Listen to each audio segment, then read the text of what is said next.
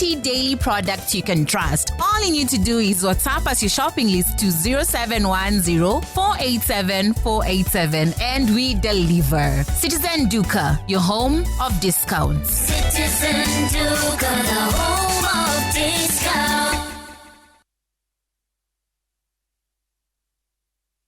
Our bodies get serums and washes, but underarms only get deodorant. That's why our new breakthrough formula has pure hyaluron and vitamin C to deeply care for your underarms for soft and even skin tone in 2 weeks. With 72-hour sweat and odor protection, try the new Nivea Derma Control range because your underarms deserve more. Nivea is for skin. When the day breaks, where does it find you?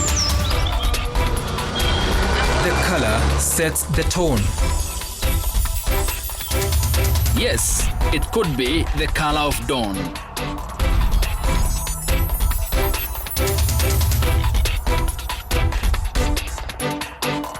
So you hit the road.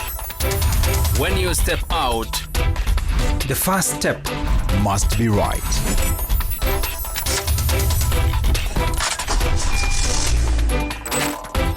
Sam, do not put me on the spot. What is it that we did wrong? Surely. You are tumbo cracks. Can I speak?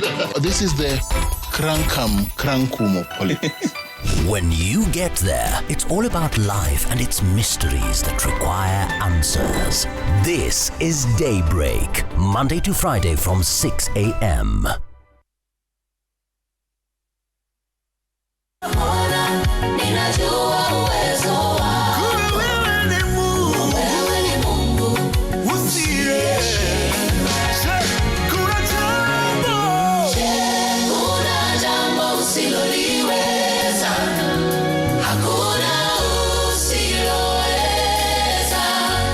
Kupata wimbo huu kama sikiza tuni yako, bonyeza *860*415#. Kumbuka Skiza na Citizen ni nyumbani kwa wasanii wote. Looking for a course that leads to real opportunities? Join Thika Institute of Business Studies today. We give you the perfect chance to pursue your dream career in hospitality, journalism, health sciences, ICT, cosmetology, fashion and design, business, engineering, tourism, driving, and many more. At Tibbs College, learning goes beyond the classroom with practical training and attachment opportunities that shape your professional journey. Tibbs College, the highway to future success.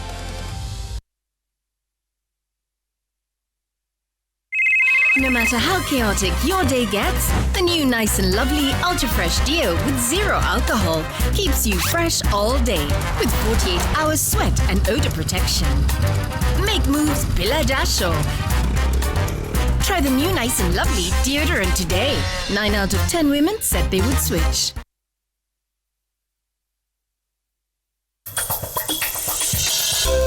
You have to learn that other people's emergency is not yours. So unanisaidia na hiyo pesa ama unisaidii? My son is the president of Campero Corporation.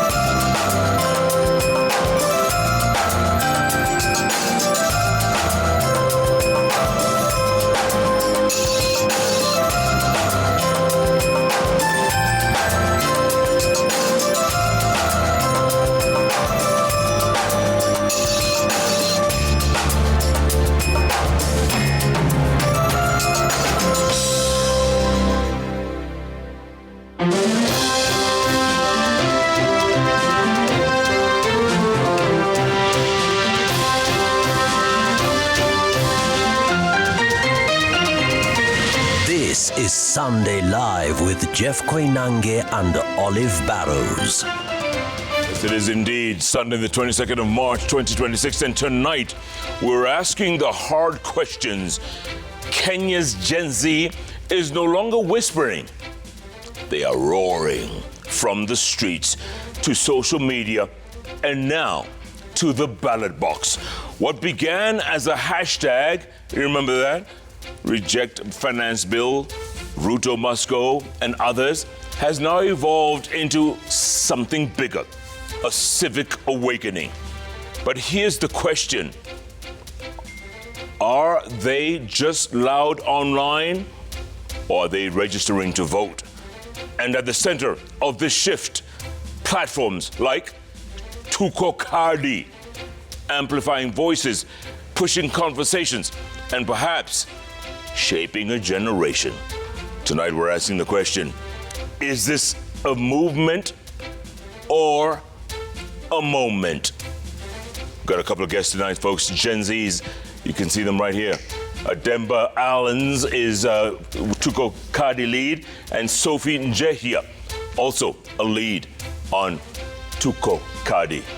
What do you say? I saw the president also appropriated the terminology in his usual fashion. I'm curious to hear what they have to say in response to that. But we also bring you an update on the flood situation, and the death toll is at 86. And apart from that, we're also going to take a look now at those who are missing. That figure is 7. And in terms of displaced households, that figure is 68,975. Wow, it's a huge number. Huge number. Huge number. Yeah. And we have a story on those who are being asked to evacuate currently, but that will come up on the other side. All right. Start tweeting at Koinange Jeff.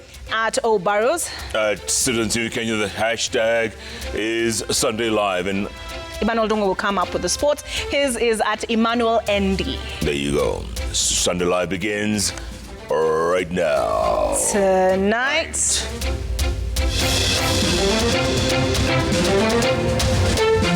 If Nairobi Dam was to burst its banks today, we will lose so many lives. And we've issued a notice. Kuna watu ambao lazima itabidi wasonge. South Sea high-rise residents at risk. Government orders for immediate evacuation from 6 Nairobi estates as water level at Nairobi Dam rises to dangerous levels. Hii mili ilitoka wapi? Alieleta ni nani? Waliezika ni nani? Kericho mysterious mass grave. Police launch probe as chilling discovery of mass grave is made in Kericho. We want to ask our leaders to be sober in their language, in their thinking, in their doing of things. And the escalating public exchanges. Church leaders ask political leaders to exercise restraint and end shameful war of words. Where is Tuju? Tuju legal team family report that the former cabinet secretary Raphael Tuju is missing.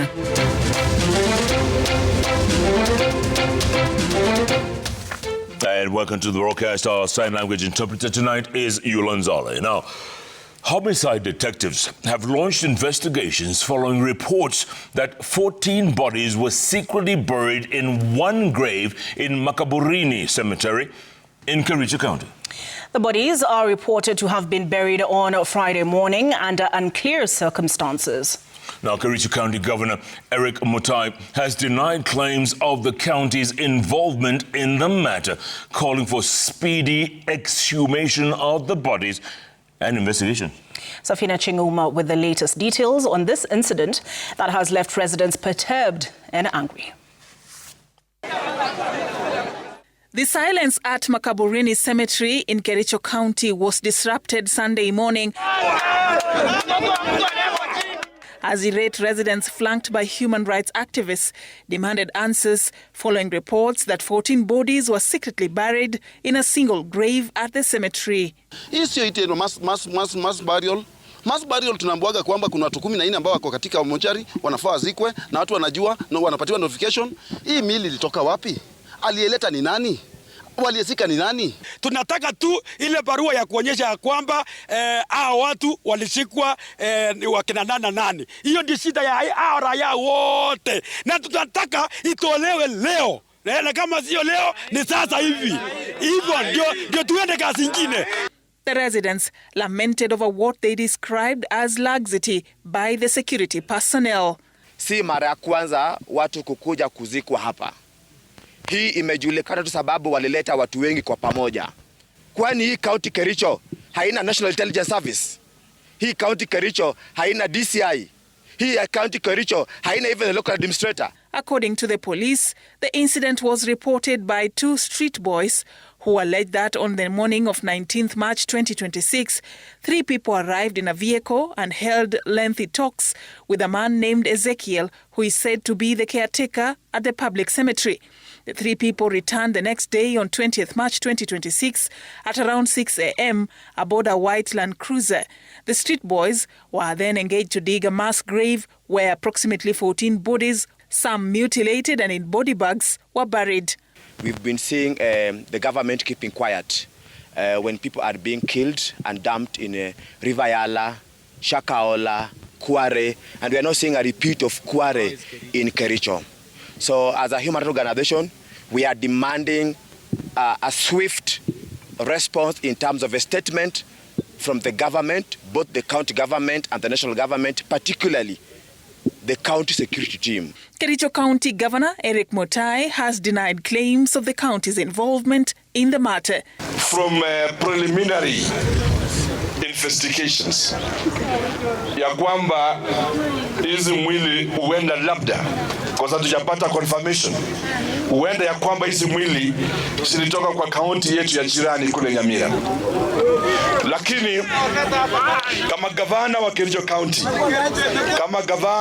County, nataka niseme ya kwamba Kericho sio cemetery ya county yoyote.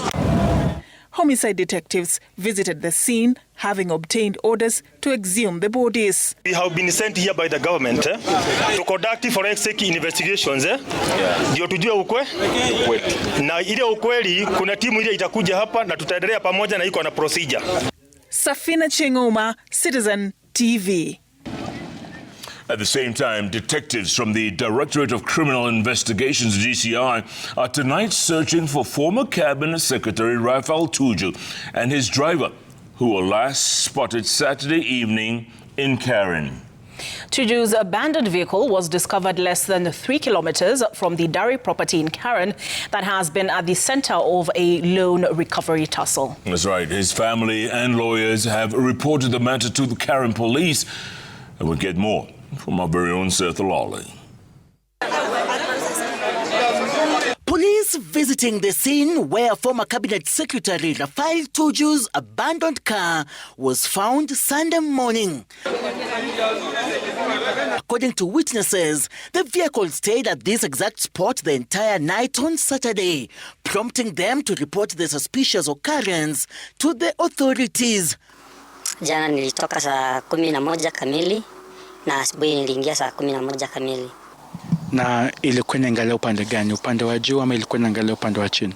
Ilikuwa inaangalia upande wa chini, Nairobi West Escort. Kwa kawaida kuna magari wanga zinaegeshwa hapa? Kwa kawaida huwa magari zinaekezwa hapa, lakini mwenye compound mahali penye nalinda huwa anasema tukuje tukiangalia gari isiwekwe hapo. Iwe taxi ama gari yote isiwekwe hapo.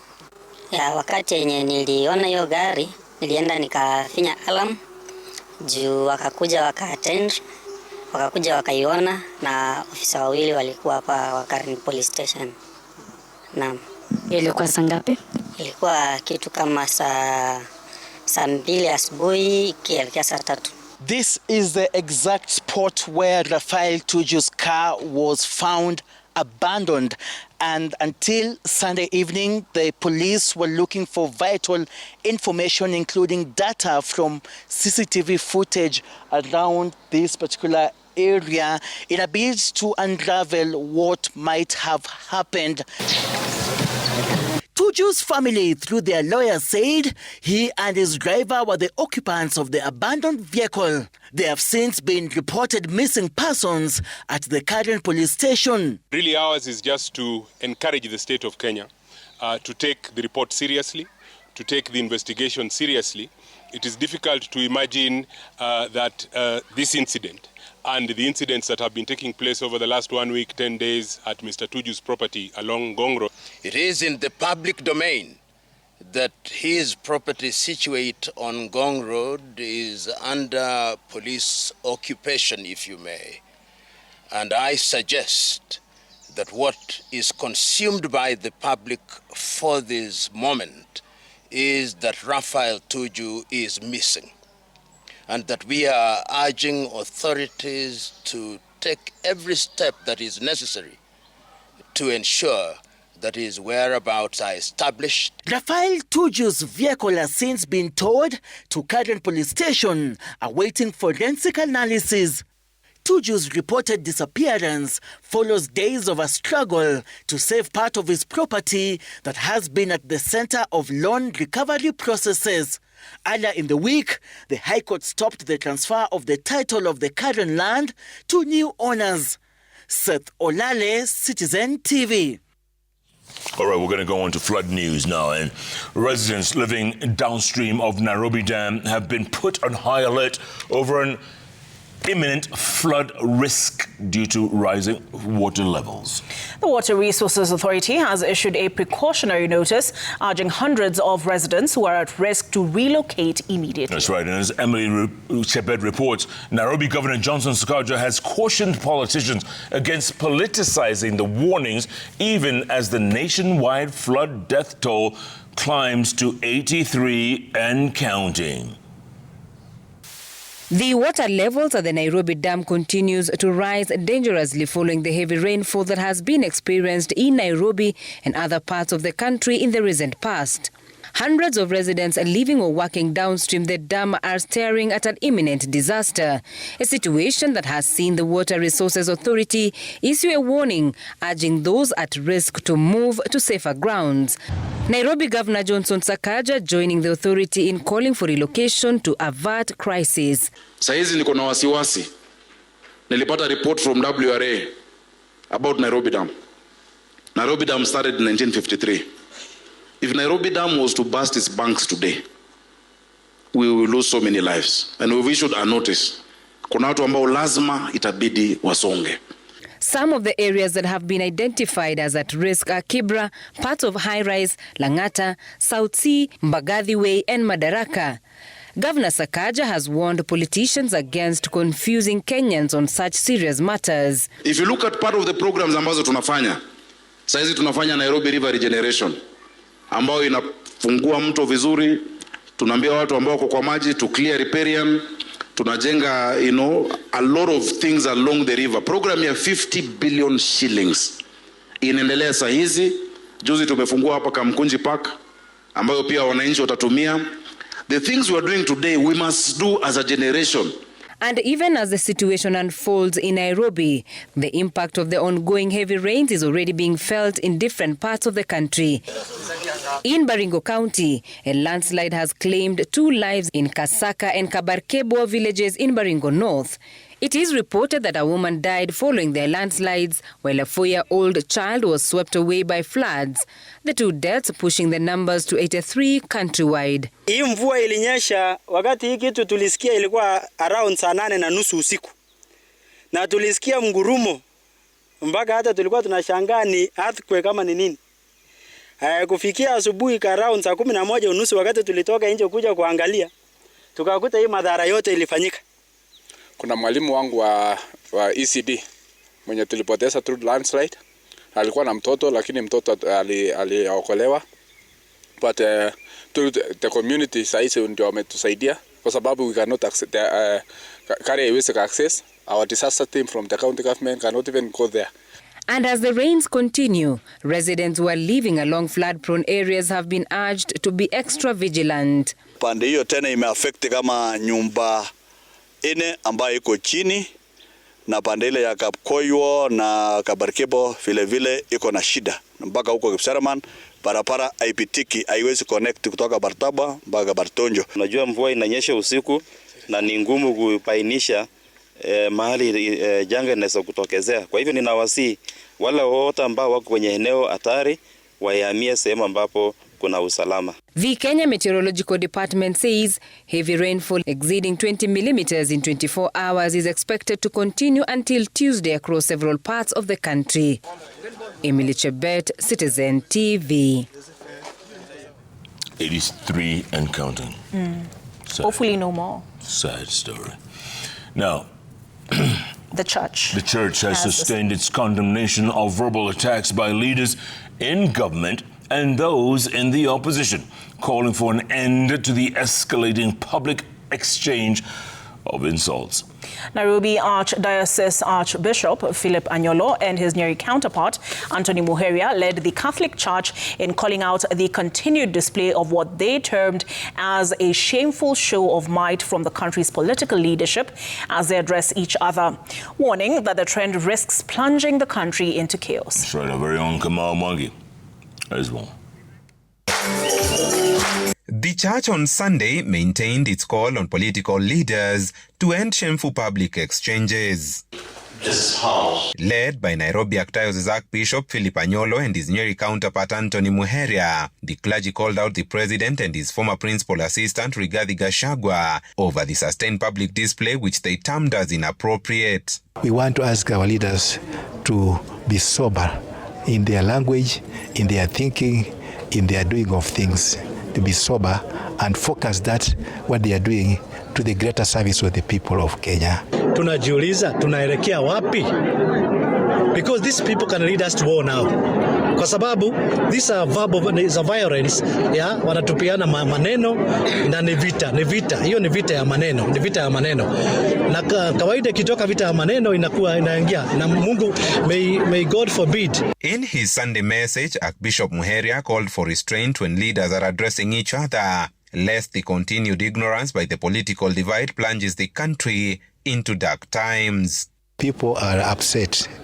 So we want to ask them, maybe we still have time to reach the elections to come, but we want to ask them to come, to be friendly to one another. As a church, we should never stop telling them to come together always and reconcile. When any leader stands before the national media, television, you must ask yourself, what am I going to tell my people? Is it something that can develop them? Something that can give them encouragement? Something that can grow them? While maintaining that the church would not shy away from addressing issues touching on Kenyans after the head of state called out the church for allowing their pews to be used to insult him, the men of cloth asked the leaders to get off the campaign trail and focus on service delivery. Kamau Mwangi, Citizen TV. Still on politics, and Linda Mwananchi leaders led by Nairobi Senator Edwin Sifuna now want action taken against police officers in Narok who lobbed tear gas at their rally in Narok Town. The leaders accuse the police of continued harassment during the Linda Mwananchi rallies, saying they are acting against the law. Now this as Linda Ground leader Oburu Odinga was coronated ahead of today's National Delegates Conference. The conference is on Friday. Oh, it's happening this week, huh? As we'll hear now from Stephen Letona. Let's get more. Linda Mwananchi leaders in Narok were caught up in a standoff with the police who attempted to disrupt their meeting. Despite sustained attempt by police, including lobbing tear gas at the crowd, the rally went on. Hatutauziwa uoga katika nchi yetu. Katiba inaturuhusu kufanya mikutano. Tuliandikia polisi barua. Polisi waache ushenzi. Polisi waache ushenzi.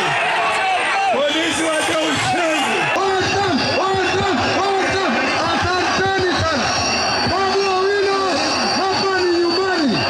Angered, Babu and Sifuna accused the government of frustrating them during their Meet the People tours.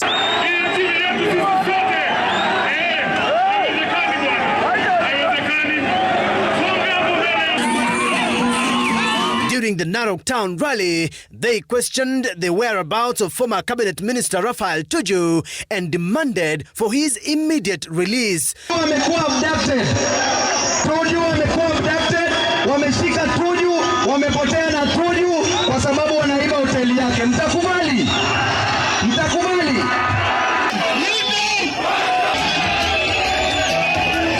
Leaders tour in Narok coming few days before the party's NDC in Nairobi, with the team Sifuna planning a parallel conference. Nataka kuhimiza wenzangu ambao tuko kwa mrengo wa Linda Mwananchi.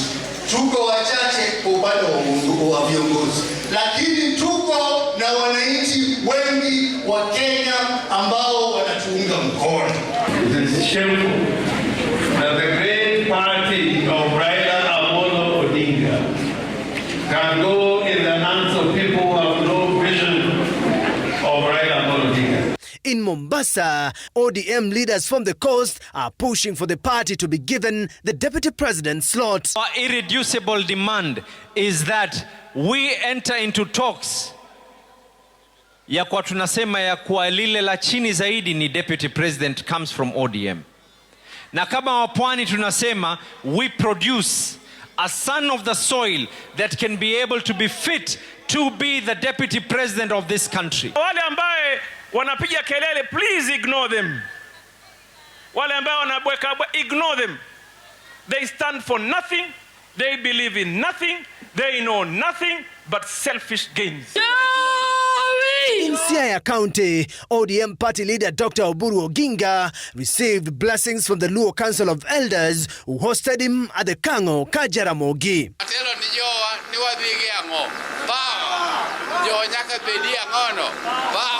Stephen Leto, Citizen TV. All right, at the same time, despite calls for an end to the verbal exchanges, President William Ruto continued with his attacks against the opposition leaders.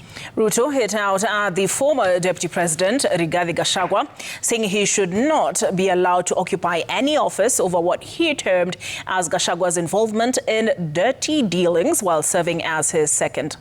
Now, this comes as ODM leaders in the region unanimously pledged to extend their support for the broad-based government beyond 2027. Let's get more. My very own Christine Tieno. President William Ruto began his 3-day tour of Homa Bay and Migori counties by attending an interdenominational prayers at Agoro Sane Senior School in Oyugi's Kasipul constituency. Accompanied by leaders from the region, the head of state then proceeded on development tour in the county, where he commissioned construction of Karabok Adiedo Road. The president used the platform to hit at the opposition outfit, picking on his former deputy president Rigathi Gachagua, calling him an extortionist. Nilimpatia nafasi badala ya nikamwambia anisaidie mambo ya kahawa, akaenda kule, akaenda akaungana na makateli ya kahawa, ati anauliza wananchi wamlipe shilingi 3 kwa kilo moja. Akaenda huko ati anapigana mambo ya pombe, akaenda huko akakuwa extortionist. The president did not stop there. He discredited Gachagua and opposition outfit by extension, saying they had no agenda for Kenyans. I want to tell the so-called good for nothing opposition. Unajua tuko na upinzani Kenya sasa anaitwa good for nothing. The good for nothing opposition. We want to tell you, you have no track record. You have no plan for Kenya. You have no agenda. You have no vision. You have no program for any country. You have no plan. You have no vision. Mimi nataka niwaulize, wale watu watashindana na sisi? Umetembelea Nyanza na umeleta maendeleo Nyanza. Wale hatuna sana hao. Na sahi wewe umefungua mlango. Wakirusha tunarusha.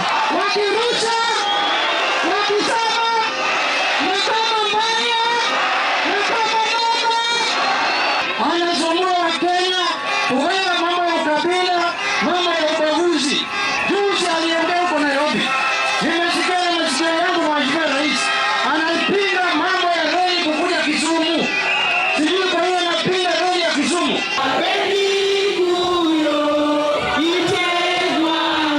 Leaders who accompanied President Ruto from the region unanimously endorsed his re-election, saying the late former Premier Raila Odinga had a vision when he initiated a broad-based government. For the first time in this region, we are completing a cancer center in Jaramogi Oginga Odinga Teaching and Referral Hospital so that our people don't go to Eldoret and Nairobi to seek medication. How else can someone love you? How else can someone work with you? Your Excellency, we will give you a second term. What this country has actually desired and wanted is courageous leadership. Leadership that has the courage to make difficult decisions. President is expected in Migori County on Monday to continue with his development tour in the region. Crispino, TNO Citizen TV. Now, elsewhere, the United Opposition leaders now claim that there is a plot to arrest DCP leader Rigathi Gachagua. Speaking in Murang'a, the opposition leaders vowed not to be cowed by insults or intimidation from the president, saying they will continue to criticize the government for its wrongdoing. That's right, and as our own Francis Mtalaka reports, they're also demanding for the release of former Cabinet Secretary Raphael Tuju. Led by DCP party leader Rigathi Gachagua, United Opposition leaders toured Murang'a County, vowing to continue criticizing President William Ruto's administration, claiming the leadership has been mad with corruption. The leaders are accusing President William Ruto of intimidating opposition leaders, claiming there is a plot to arrest DCP party leader Rigathi Gachagua and weaken the opposition. Sisi hatutashiriki kwa siasa ya matusi. Unaweza tutusi vile unataka, lakini kile hatutakubali. Hayo matusi sasa yamekuja kuwa vitisho. Ametoka kwa matusi, ameingia kwa vitisho. There is where we draw the line, Bwana Ruto. Hatutakubali siasa ya vitisho. Analeta affordable housing, analeta SHA, anaharibu masomo ya watoto. Na tukisema hivi, amekasirika. Kwa hivyo lazima Kenya ijue ni nchi yenye uwazi. Haiwezi tena kwamba unaweza ukamnyamazisha mwananchi wa Kenya kutosema yale anajua anataka kufanya kikatiba. They are calling on the youth to embrace the Tuko Kadi initiative in order to participate in the upcoming general election come 2027 in large numbers. Na huyu Kasongo wakirudi hakutakuwa na nchi. Kwa hivyo lazima tujipange, tuchukue kura aende nyumbani. Mko tayari watu wa Kiharu? The leaders condemned the disappearance of a former Cabinet Secretary Raphael Tuju, who is reported missing, together with his driver, and demanded for his release. Tumetoa idhini kwa serikali ya Ruto, kama Tuju atolewi kesho kwa mahakama, zote tutaandamana kutoka Ziwa mpaka kila mahali penye. Wangapi wako tayari kuandamana kwa sababu Tuju alikuwa waziri wa Uhuru Kenyatta? Francis Mtalaki, Citizen TV. All right, we're about to take a break. We are. But I have a message for you from Crispin Otieno. Our very own. Yes. Yeah, so he says, tell Jeff it's Crispin Otieno, all caps, right? Not Christine Yawa. Oh. Okay, Speaking of names, it's coming up. Thank you, Christine. Coming up, Gen Zs are in the house tonight. We'll talk about the Nico Kadi movement. Is it just a movement or a moment? That's right? the question. Yeah. We've got Ademba Allens, one of the leads. All right. And? Sophie Njehia, who's a youth leader. Okay. Gen Zs, this is for you. Are you Kadi? Uko Kadi wewe? Uko Kadi? Listen, I voted last time, so I'm Kadi. But have you confirmed your voter registration details? You need to confirm them. Have you done yours? I will now. Okay, at Koinange Jeff. At Obarus, at Citizen TV Kenya. Hashtag is Sunday Live. So live takes a break. We'll be back. In a moment, Crispin Otieno.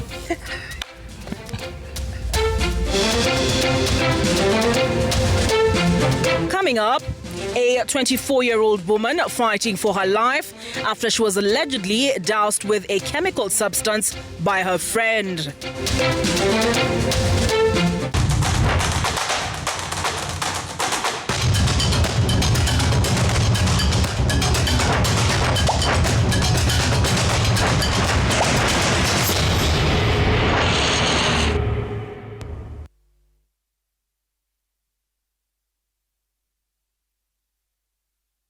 New Pepsodent Herbal, introducing a unique combination of natural ingredients with herbal extracts, salt and mint in an antibacterial formula for fresh breath, strong teeth and healthy gums that protects you and your family. Pepsodent Herbal, every smile matters. To soothe irritated and dry skin, Vaseline's healing power is able to penetrate beneath the surface of the skin. This is because Vaseline is made with unique blends of waxes and oils that melt into the spaces between skin cells. This promotes natural moisture regulation to deliver effective skin protection against dryness. Use Vaseline because it is the first step to maintaining natural, healthy-looking skin.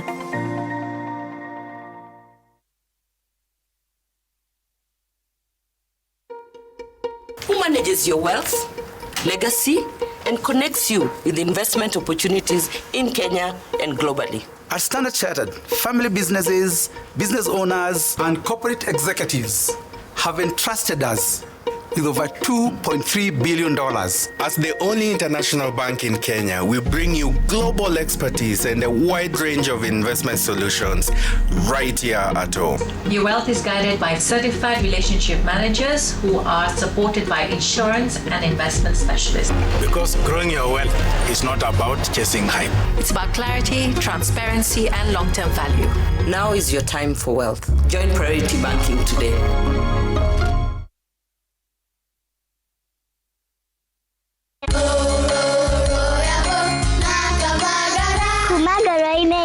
Makia Mount Kenya.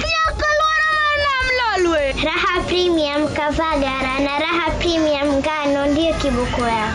Emelok nanana nelelek yala talale. Nikanoru kandi kijira niveni zinguru. Anela takage kana na nkero kerenja sietu. Igun agenge en member Kavagara Club.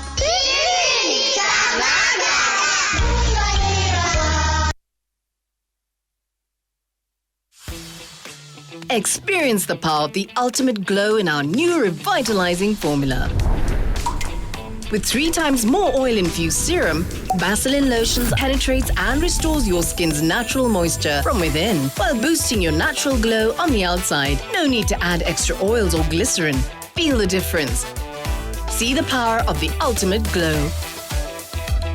New Vaseline Lotions.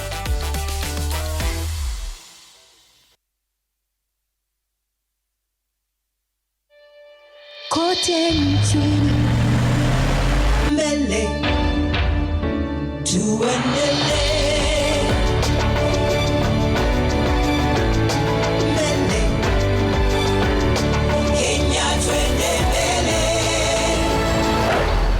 Kenya Kenya tuende mbele. NCBA, go for it.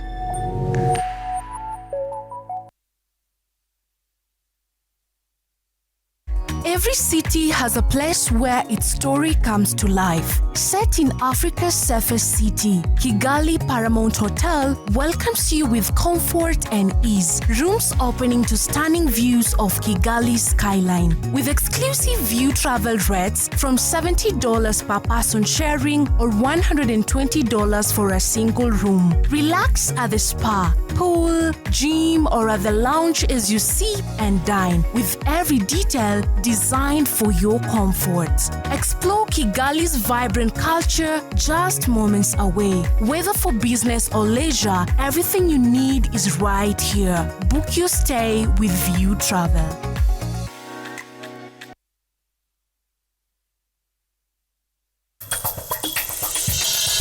Just get out of my sight.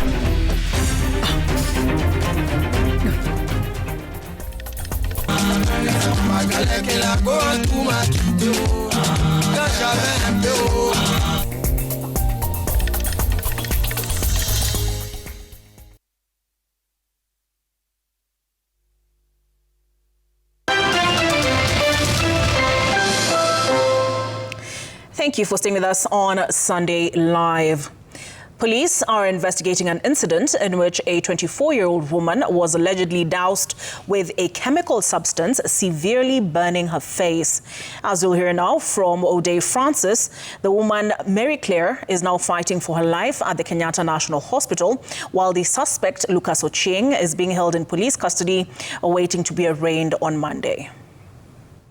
This is Mary Claire on her hospital bed after she was allegedly splashed with a chemical substance.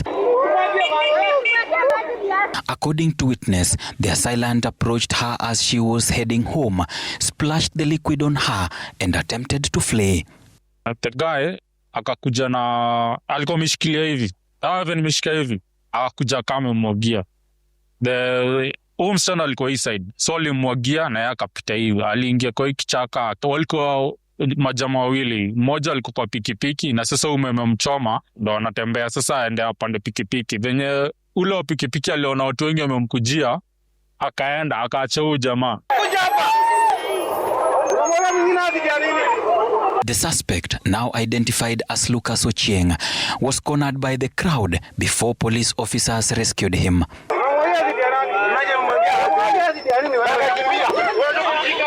During the commotion, Ochieng allegedly confessed he had been sent to carry out the attack. Kwa hiyo commotion yote akipigwa simu yake ikalia. Sasa ni watu waanza kuitafuta kutoa, akachukua, akaambiwa kwa loudspeaker. Ndo mwenye alikuwa anaongea kwa simu alisema umemaliza kazi.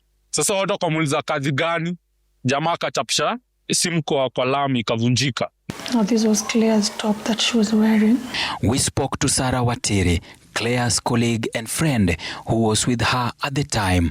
The next thing I'm seeing our clothes, now Claire's. I didn't see mine like they were melting, but now I could see Claire's clothes, they were melting.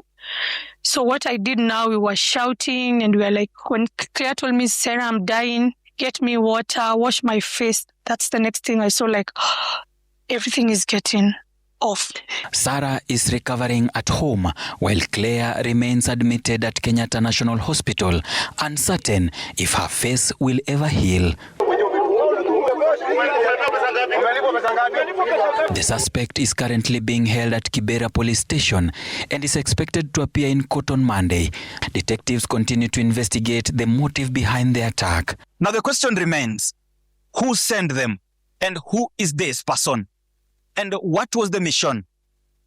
Ode Francis, Citizen TV, Ngong Road, Nairobi County. What a violent attack. The government will extend amnesty to Kenyans recruited to serve in Russia's special mission operations. According to the Office of the Prime Cabinet Secretary, Musalia Mudavadi, it is illegal for Kenyans to be enlisted into foreign military or armed forces without written authority from the president. Mudavadi's visit to Moscow secured an agreement that will see Kenyans currently in the operations and unwilling to continue disengaged and freed to travel back home. Meanwhile, 15 Kenyans evacuated from Iran have arrived in the country safely. Safina Chingoma has more. Concerns over the state of Kenyan nationals recruited to fight for Russia in the conflict with Ukraine continue to grow amidst a strong push to have them safely repatriated. Following diplomatic talks between Prime Cabinet Secretary Musalia Mudavadi and Russia's foreign minister held in Moscow between 15th to 18th of March 2026, Russia agreed to place Kenya on a stop list, effectively barring the recruitment or enlistment of Kenyan nationals into its military campaign. On Sunday, the Office of the Prime Cabinet Secretary announced that the government will extend amnesty to Kenyans recruited to serve in Russia's special missions operations. Section 68 of the Kenyan Penal Code, Cap 68, outlaws the enlistment of Kenyan nationals in military or armed forces of any foreign state without written authority of the president. The offence attracts up to 10 years imprisonment unless the court is satisfied that the enlistment was not voluntary. Authorities estimate that about 252 Kenyans were recruited into Russia's special military operation. Of this, 44 have already been repatriated, while 11 have been reported missing or killed in action. Another 38 are hospitalized under restricted access, leaving about 160 still actively involved. Under the agreement, Kenyans currently involved in operations who wish to leave will be allowed to disengage and return home. In the meantime, the Ministry of Foreign Affairs plans to embark on a sensitization program dubbed Linda Mkenya Maju, a caravan across the country aimed at educating Kenyans on how to get legitimate jobs in the diaspora. Meanwhile, 15 Kenyans evacuated from Iran due to the ongoing conflict in the Middle East arrived safely in the country. The evacuees expressed joy as they reunited with their family members at the Jomo Kenyatta International Airport on Sunday morning. Naappreciate sana serikali yetu ya Kenya imehakikisha tumerudi nyumbani. All zimekuwa ikihappen, Wakenya pia watameona, but they try their best. Mali tumekuwa mpaka mali tumefika sasa. I say thanks God. We were transported from Tehran, kama mimi from Tehran mpaka the Turkish border, na wenzangu walitoka Mashhad huko mpaka Turkish border. Safina Chingoma, Citizen TV. Kenya Kwanza leaders have dismissed the opposition leaders and accused them of politicizing every government project. Speaking in Tarbo constituency in Uasin Gishu County, the leaders defended President Ruto against verbal attacks directed at him by the opposition. With more is Stephen Leto. The leaders who are speaking in Lesser Tarbo constituency used fundraising forum for churches within the constituency to tell off opposition leaders for running personality attacks directed at the president, accusing them of undermining the office of the president. Hatutakubali hizo kejeli ambayo Mheshimiwa Gachagua anatubia rais wetu ni kama anaongea na mtoto mdogo. Huyu ni rais wa nchi. Huyu ni rais wa Kenya. Huyu ni kiongozi ya taifa. Yeye si mwenzako. The leaders told the opposition figures to focus on unity politics as opposed to divisive politics. Kuwa na heshima na ofisi ya rais. Wakati wa Jomo Kenyatta, hakuna mwenye angethubutu kusema vile unaongea wewe. Wakati wa Moi, hakuna mwenye angethubutu kupinga Moi, kuongea na Moi vile wewe unaongea kwa Ruto saa hii. Wanamkejeli rais wa Kenya kutokea asubuhi mpaka jioni. Tuwaambie wao waheshimu taifa, waheshimu rais wa Kenya, kwa sababu rais anapenda kuunganisha Wakenya chini ya Ukenya, sio chini ya division ya ukabila. Kwamba nyumba zitapatikana, hawalipi mishahara, hawafanyi nini, but we can realize the affordable housing, nyumba zinaonekana, mabarabara zinajengwa, reli zinajengwa. In 3 years we have seen what he has done. In Nakuru County, dear Member of Parliament George Kariuki, who is also the National Assembly's Transport Committee Chair, rallied the Nakuru city residents behind the dualling of the Rironi Mau Summit Highway project that is underway. Pia mkifanya kazi yenu ya biashara na ya uchukuzi, hiyo kazi inakuwa kazi rahisi. Ndio sababu tulikuwa na rais hapa kufungua hiyo barabara. The Transport Committee Chair assured the residents of Nakuru that the dual carriage will be ready by the time Kenyans head to the polls next year. Rais ametuhakikishia ya kwamba hiyo barabara itakamilika kwa muda wa hii tamu yake, hii muhula yake ya 2022 to 2027. Mutakuwa mnatumia njia ya dual carriage. Hakuna sera walituletea isipokuwa kusema Ruto must go. Kama ataenda tuambie nani atachukua na atafanyia wazee nini? Atafanyia Kenya nini? Stephen Leto, Citizen TV.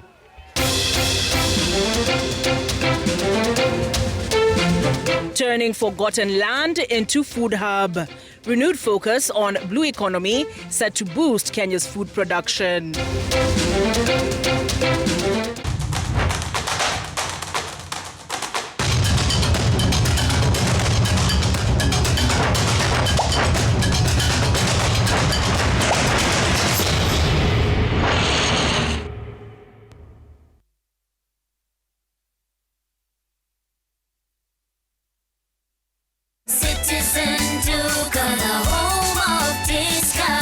Are you building? Then you know roofing means you're almost home. At Citizen Duka, we provide premium glossy mabati crafted for durability, protection, and backed by warranty on every mabati you purchase. Box profile glossy, sleek, modern, and bold style. Corrugated glossy, strong and timeless, plus many other reliable mabati profiles to choose from. High quality, weather resistant, a shine that lasts for years. Order easily at citizenduka.com. Select Vintage Mabati or simply WhatsApp your order to 0710-487-487 and we will deliver straight to your site for free. Citizen Duka, your home of discounts. Citizen Duka, the home of discounts.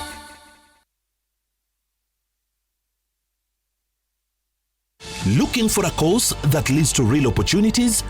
Join Thika Institute of Business Studies today. We give you the perfect chance to pursue your dream career in hospitality, journalism, health sciences, ICT, cosmetology, fashion and design, business, engineering, tourism, driving, and many more. At Tibbs College, learning goes beyond the classroom with practical training and attachment opportunities that shape your professional journey. Tibbs College, the highway to future success. Kibao kila wiki na Carrefour. Enjoy Winner Vegetable Oil 5 liters at 1,119 shillings. Assorted Pampers diapers at 1,599 shillings. Assorted Contigo water bottle at 1,424 shillings. And Von Cooker at 34,995 shillings. Deals kibao kila wiki na Carrefour. Buroti maguta keja kwa mtaa mambo fiti. Nafungua bahasha wao nikismile mambo ni murwa kop imeshikia keta biza maplot nikasip tu kaniflot mboka reti kotop nikasip tu. With just a payslip, get a mobile loan of up to 500,000 shillings or an unsecured loan of up to 9 million shillings. Visit a Cooperative Bank branch today. Cooperative Bank, we are you. Karibu Naivas, home of value.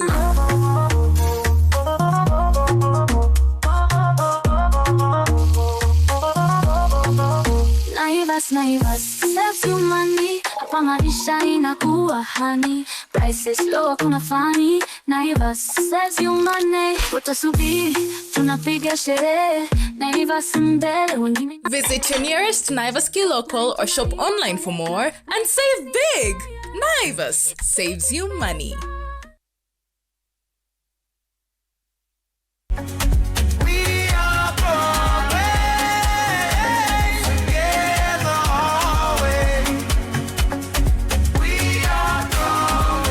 Wherever you are, we're all part of the same story.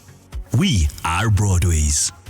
Broadway's bread, a heritage of quality, baked with heart since 1958. Dark marks, I took them. From that to this. New Glycolic Bright Anti-Dark Mark Serum by L'Oreal Paris. Now with Melisol, our strongest anti-dark mark active molecule. Visibly reduces 86% of dark marks for an even tone glow, effective on all skin tones. New Glycolic Bright Anti-Dark Mark Serum. Go worth it.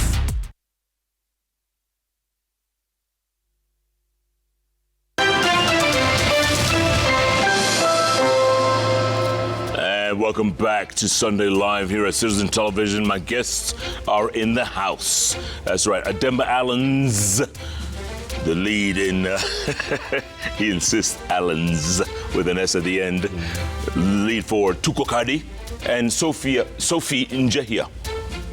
They're going to be talking to us about this whole movement. Is it a moment or is it a movement? That's what we want to know. And how long can they sustain it? In the meantime, all the boroughs, what you got? I have Citizen Planet lined up, and for years, Kenya has cast its net beyond its borders, importing food to feed a growing population. But a quiet transformation is taking shape, one that is turning forgotten and idle land into thriving hubs of fish production. Driven by innovation and a renewed focus on the blue economy, fish farmers are being empowered to scale up, unlocking new opportunities for food security and income. Could inland fishing be the game changer Kenya has been waiting for? Laura Otieno dives into this emerging frontier.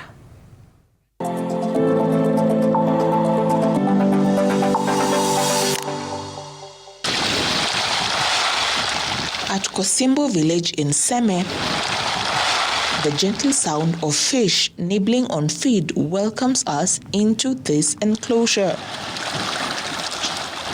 This 1.5-acre space, christened Kosimbo Aquapark, has become a lifeline for 27 residents of the village. Once fishermen and fish traders on the vast waters of Lake Victoria, they were driven ashore by the lake's unforgiving waves and shifting fortunes. Today, they have turned to pond fish farming, rebuilding their livelihoods and casting new hope from the ground up. Kwa bahari kuna watu wanatumia zile nyavu mbaya ya kuvua samaki. So watu walikuwa wanang'ang'ana juu, unajua, unaona ile ilikuwa inachota samaki yote mpaka mayai. So tuliona ya kwamba kulingana na hii ili tuungane, tuone kama tunaweza kuweza kushikana ili tutengeneze pond. Hapa kwa beach yetu kuna hizi boats bado ni kidogo. Sasa inabidi ukuwe na mtu mwenye anakujua ndiye akuchukulie samaki. But hapa unakuja unapewa. Lazima ni kuwe na motivation. Inland fish farming in Kenya dates back to the 1940s. But for decades, the sector struggled to take off. Held back by a shortage of quality fingerlings, high cost of fish feeds, as well as the lack of cold storage facilities. As a result, many farmers shied away from the venture. But a shift is now underway. In 2024, the government commissioned the Kibos Integrated Technology Transfer Center, home to a multi-billion shillings hatchery capable of producing up to 2 million fingerlings every month. The fingerlings are sold at a subsidized price of just 5 shillings each, an incentive aimed at reviving interest and accelerating the adoption of inland fish farming across the country. Pond farming over the period of time has been underutilized because we have a recent survey that indicates that only 10% of the ponds that have been developed have been stocked. So that means that in terms of pond farming, we have underutilization. To ensure high survival rates, farmers who purchase the fingerlings are also supported with training, covering water quality assessment, proper pond maintenance, and correct feeding ratios.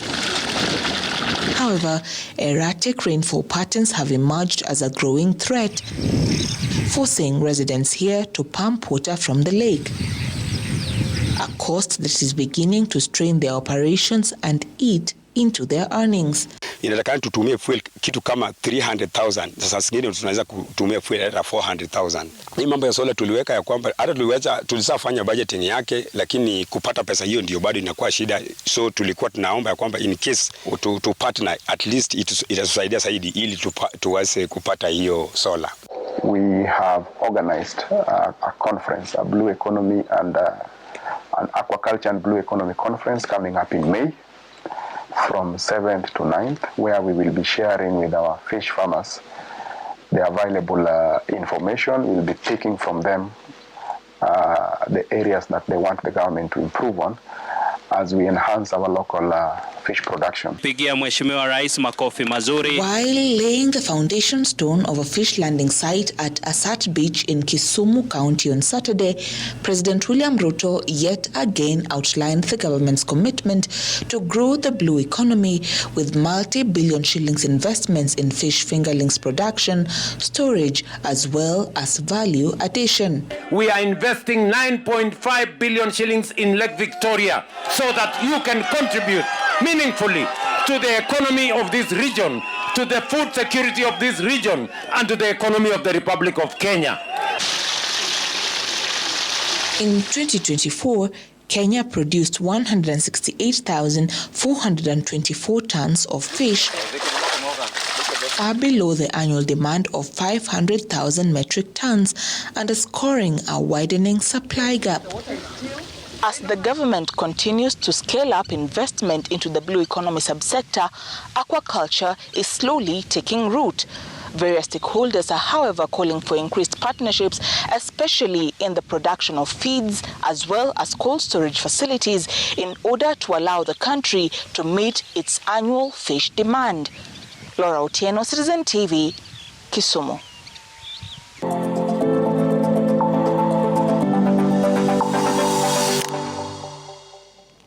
So the question is, from the hashtags to the streets to the ballot box. Question is, are these kids serious? Are they? Demba Allens is the lead in what they're calling the Tuko Cardi. So is Sophie Njahia.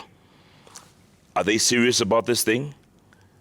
Are you registered to vote yet, Gen Z? Demba. Yeah. How'd you get into this? What is Tuko Cardi? Tuko Cardi is simply a citizen-led mass vote registration across the country. That's the simple way you can put it. Citizens mobilizing themselves to go register for voting. And of course, I started it, and now it's grown countrywide. And it's something that it's a force to be reckoned with, by the way. You think so? No, I don't think so. I know it's a force to be reckoned with. Tuko Cardi is here to make change. Today, tomorrow, 2027, and forever. Sophie, do you agree? Yes. How did it start? Tuko Cardi, I would say, is a representation of the Gen Z movement. And the Gen Z movement wasn't necessarily young people, but it was a collective of people with progressive ideas about our nation, who believe that Kenya is a beautiful land, the Kenya that we want, patriotic Kenyans, people who believe that Kenyans can live with dignity, Kenyans can have good sanitation, simply the activation of Article 43.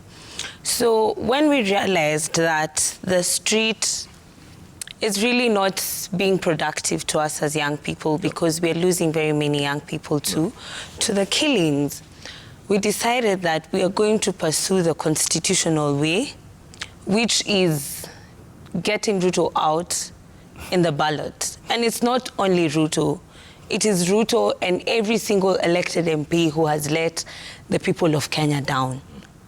It is the system that we are uprooting. We're doing a complete system overhaul. So that is how this came up. And when he said that he wants to try and get 100,000 voters registered, we said, why not support him? Why not mobilize using social media, because that is where our power is? Yeah. Why not try to get young people to understand that it is their constitutional right? So instead of constantly complaining, then we are choosing to take our power. And our power is in the ballot. So we have to have our voters' card. Demba, what made you come up with this concept? Jeff, for the longest time possible, the narrative that has been spread across social media, across mainstream media, by the politicians, is that the younger people are not registering to vote. You see? And we wanted to demystify that. Yeah. So the way Tuko Cardi actually came was a friend of mine texted me. She wanted me to take her to register for voting. Then I said that if this person wants me to take her to register for voting, I can't just wake up and take one person. And that means that more people need to be taken to register for voting. Then I made a tweet, because I'm very vocal on X, that I'm looking for 100,000 unregistered voters in Kasarani, so that I can escort them to register for voting at the Kasarani DO offices, where the IBC offices are. And jokingly, the government bloggers, I have to call them that, thought I was joking. They reposted, they commented, and with that, the tweet went viral.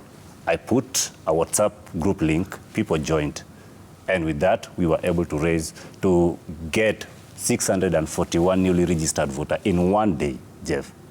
And through that, I have to tell you that Tuko Cardi has become powerful to the level that even the government officials are jumping on it. Why? Because I told you it's a force to reckon with. The president yesterday came on board and said that Ako Cardi, why? And we want to know that. I heard him, yes. Yeah, we see the likes of Fred Matiang'i. We see the likes of Nelson Havi. We see the likes of Rigathi Gachagua coming on with saying that Tuko Cardi. Tuko Kadi is a citizen-led initiative to get these people out of the office. Why are they jumping? The 100,000 that you were looking for, did you get that? Or No, are you getting it? I honestly was not looking to get 100,000 on a single day. I was looking at around 100 or 200 people. The 100,000, if you know social media, yes, honestly was to make the tweet go viral. Because nobody is going to expect 100,000 people to come. Just who is a Demba? Where will you get 100,000 people? I'm just a new resident of Kasarani. I'm raised in Kibra. Yes. Born and raised in Kibra. And the psychology worked. I got a number of people. And through that, I can, without any fear of contradiction, I can say that within 1 week, we've at least registered over 50,000 across the country. Wow. I'm not saying Nairobi. 50,000? Yes. Huh? Yes. Sophie, is this working? The mobilization, is it working? It is working because just like the Gen Z-led protest, it is organic. This Tuko Kadi now is a symbol of our resistance. A resistance against bad governance, a resistance against a government that endorses corruption, a government that is nepotic, a government that bows down to imperialistic systems, a government that continues to undermine the power of the young people. I mean, Jeff, this country has a median age of 19. We should be leveraging on that, but instead, this government is choosing to undermine the power of the young people. And IEBC is complicit to assisting the government to suppress young people to turn out for voting. No. For example, in Chuka, youth went there, over 1,000, and they wanted to register. And they're told, no, registration is not going on, come on 30th. But what is being launched on 30th is mass voter registration. But continuous voter registration should be happening at the IEBC offices. That was already launched. IEBC is complicit because they're suppressing the numbers. They're running the propaganda narrative of the government that young people are not showing up to post. Yeah. Swali yangu ni watajificha wapi?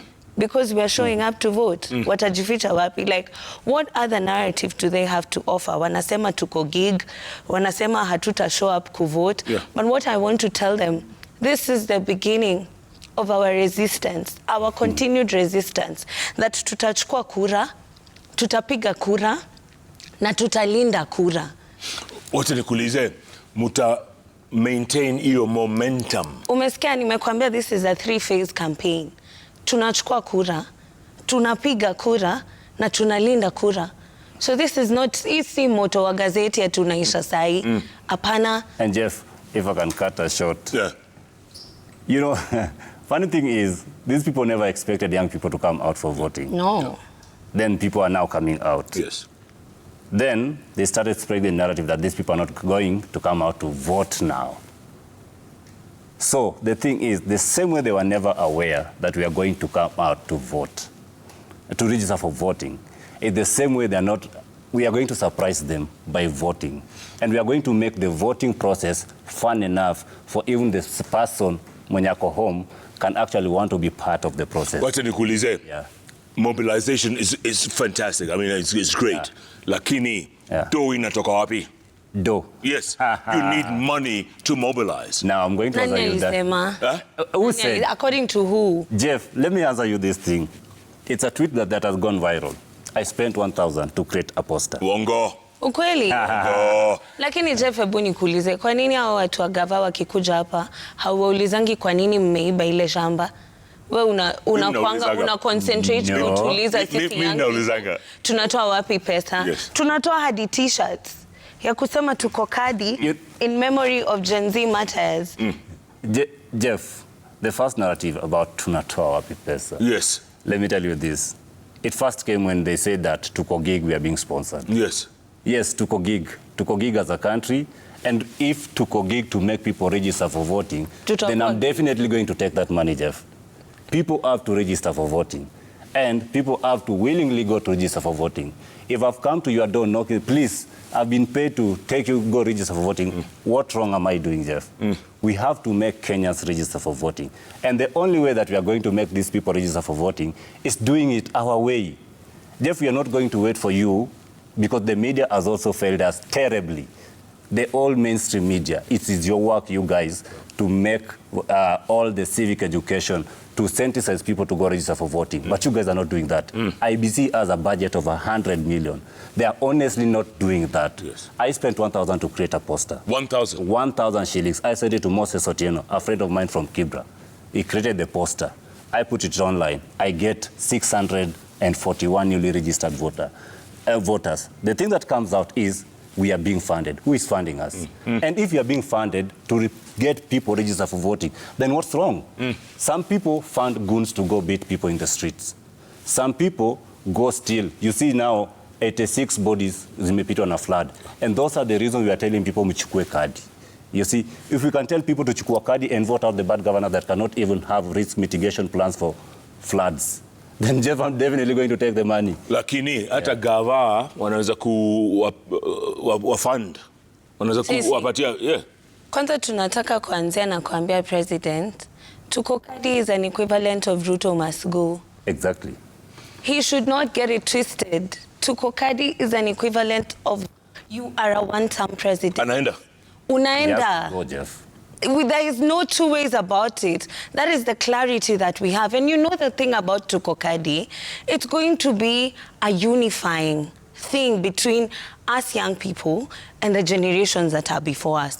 Unajua tukipatana nawe kwa njia ni kuambie Jeff, uko Kadi, tuko Kadi, si ndio? Usha get the message. We've had a whole 20-minute conversation in 2 hours. Lakini mnaweza sustain for the next 15 months. Because not only 15 months. Hold on. Nyinyi Gen Zs, you have the attention span of a warthog. Jeff, I like the way you guys are underestimating what Gen Zs can do. I like the way you are underestimating what Gen Zs can do. I have to put it that way. You see, we are not going to give you our routine, that this is our timetable, we are going to do this. To be honest, let me tell you that we are going to sustain Tuko Kadi, because Tuko Kadi is not ending at people taking the vote. People have to take the vote, not the voting process that I'm talking about, civic education. Then people have to actually turn up for voting. And that is our mandate. That's a Demba mandate. That's Sophie mandate. That's the all Kenya's mandate. We are going to sustain it. And if we are not going to sustain it, please crucify us. And again, things will continue coming up. Narratives will continue coming up. Jeff, I have to tell you this, and I have to say this without any fear of contradiction. Yes. Coming from somebody like you saying that Gen Zs, we have attention span, or we jump on trends, or we jump on waves, is actually trying to diminish the little effort that we're trying to make our country better. Yeah. We are here to fight for our country.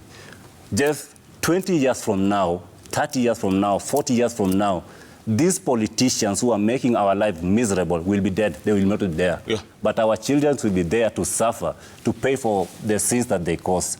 Our children will be there, and I don't want my child to be to come back from home in 20 years that ameshindwa kulipa fee ya 500 shillings. I don't want to do And he'll be blaming you. He will be blaming me. So if the little that I can do is mobilize people to go register for voting, then take out the bad governance, replace it with a government that can actually solve our solutions and create a future for us, Jeff, we are going to do that. Sophie. Can I also add what will sustain this campaign? This government keeps shooting itself in the foot. I mean, Ruto killed young people. He said it himself. He does not regret giving the shoot to kill order to the police, to young people. He said it on national television. He said, shoot the legs. And his compatriot Dwale said shooting the leg is equivalent to immobilization. His people, Kina Nelson Koech, said that they endorsed shoot to kill orders on young people and trapped up charges on us. Okay, Jeff, it's okay. We still have young people. Shoot in the leg, yes. But Rex Masai died from a bullet shot to the leg.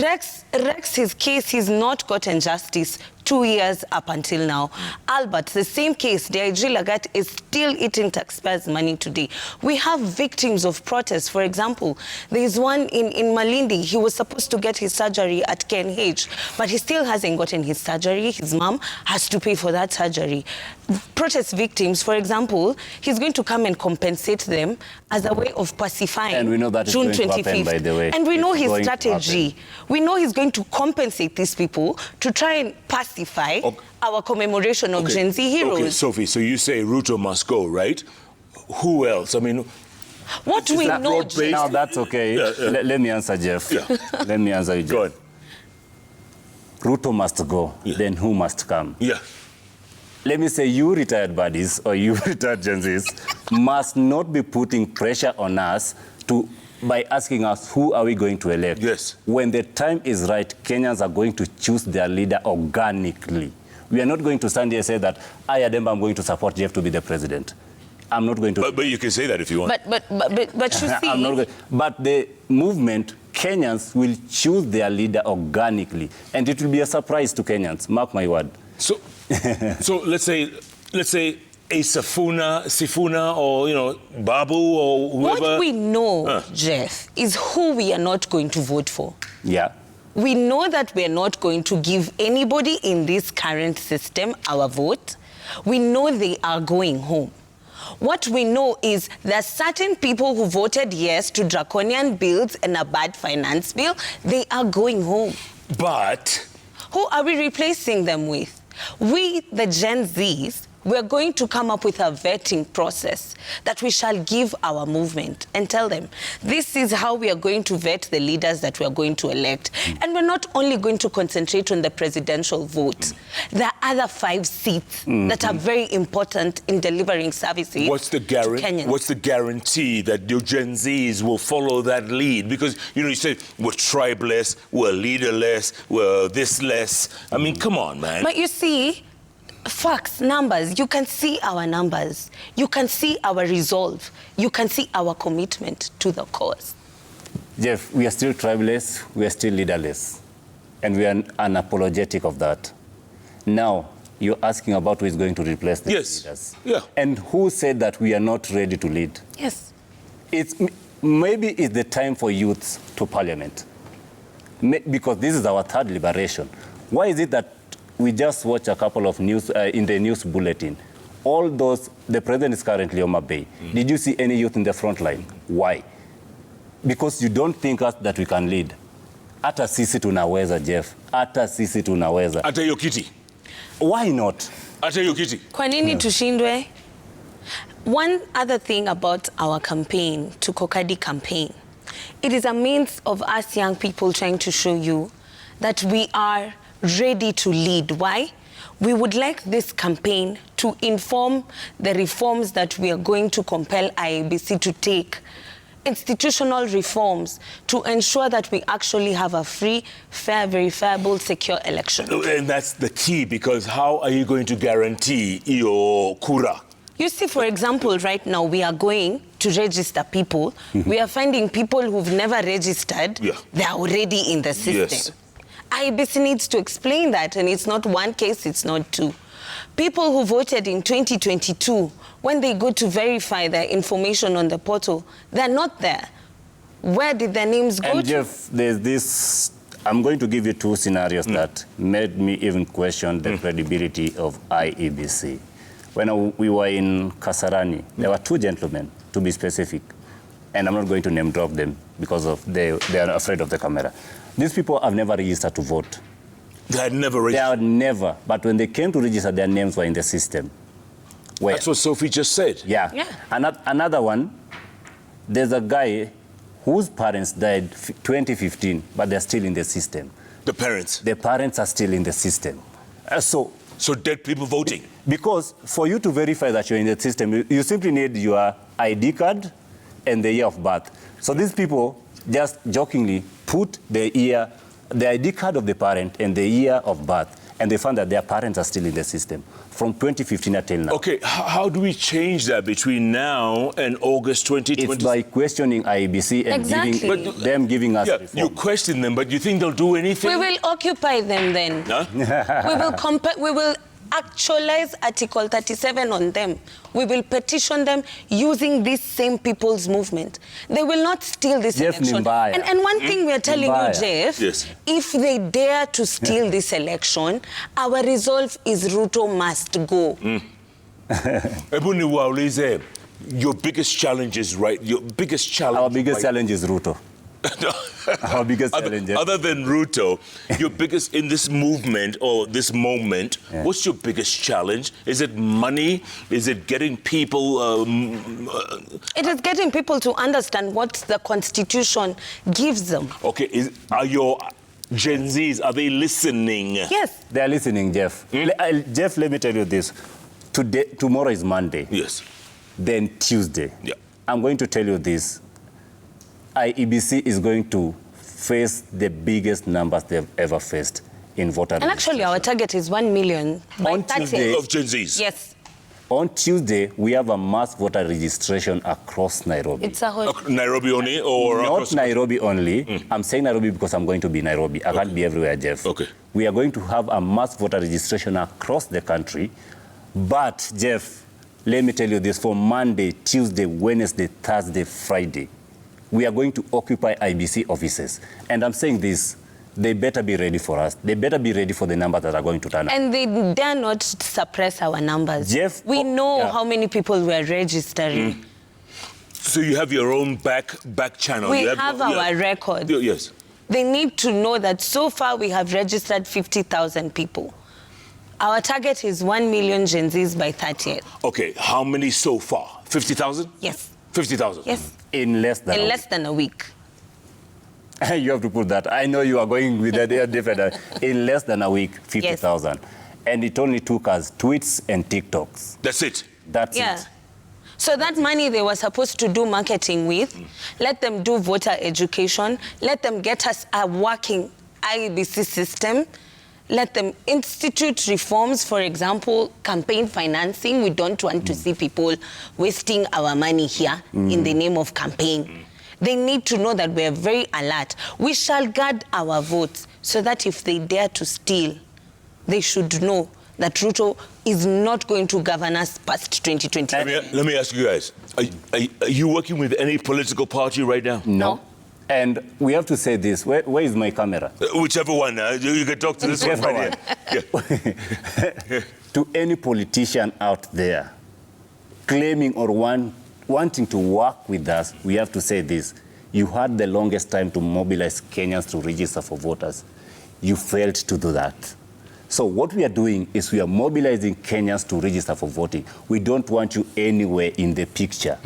We don't want you anywhere in the picture. When the time for elections come, Kenyans will choose if they're going to vote you in or out. So for now, don't ruin this. Let it at least give us the merit of us just registering for voting. You know that these people, at the end of the day, they are going to register. Please don't interrupt our process. This is not a politicians-led mass voter registration. This is a citizen-led mass voter registration. Please, come kwenye huko tunakuomba. We don't have the money, but we don't want your money. Just sit at home. We don't want it. Yeah, Hamutaki. We don't want their money. We don't have and we don't want. Let me ask you this, Sophie. Yes. You said goal is 1 million, right? By the end of 30th. And then after that? Now it's going to be worse because 6.3 million is our target. Oh, come on. Because after that, there's now the open mass voter registration. Right now is the continuous voter registration. Yes. So by the time continuous voter registration ends, we are targeting 1 million. Yes. 1 million Kenyans. And I'm calling out Kenyans, musi to let down. This week is a buddies hangout. Chukua tu kura. Wherever unatoka, we want those people from Kileleshwa, from Lavington, from Kilimani, from Kitus, wherever you are coming from. Hata mimi ni badi lakini natoka Kibera, mimi ni badi wake. Please come out. We are begging you. I know I joke a lot, but that's how I talk, Joe. I like that. Please come out and register for voting. Don't let us down. We are targeting 1 million. Okay, good. Campaigns. Are you guys going to be involved in campaigns? Of course. Which campaigns? Young people, we have our, for example, I'm an aspirant. Yeah, she's an in aspirant. Thika. Okay. I'm aspiring to be MCE of Thika. Hi, watu wangu wa Thika. So, I told you it's a buddies hangout. of course tutakuwa kwa campaign juu ya magari tukiongelesha watu wetu, tukiwakumbusha Kasongo ameua young people, tukiwakumbusha that tumechoka na kuibiwa kila siku pesa ya SHA, pesa ya shule, tumechoka na government ambayo inaongea Harvard ina deliver mandizi. Tumechoka na hii gava. Na hata ingekuwa vizuri.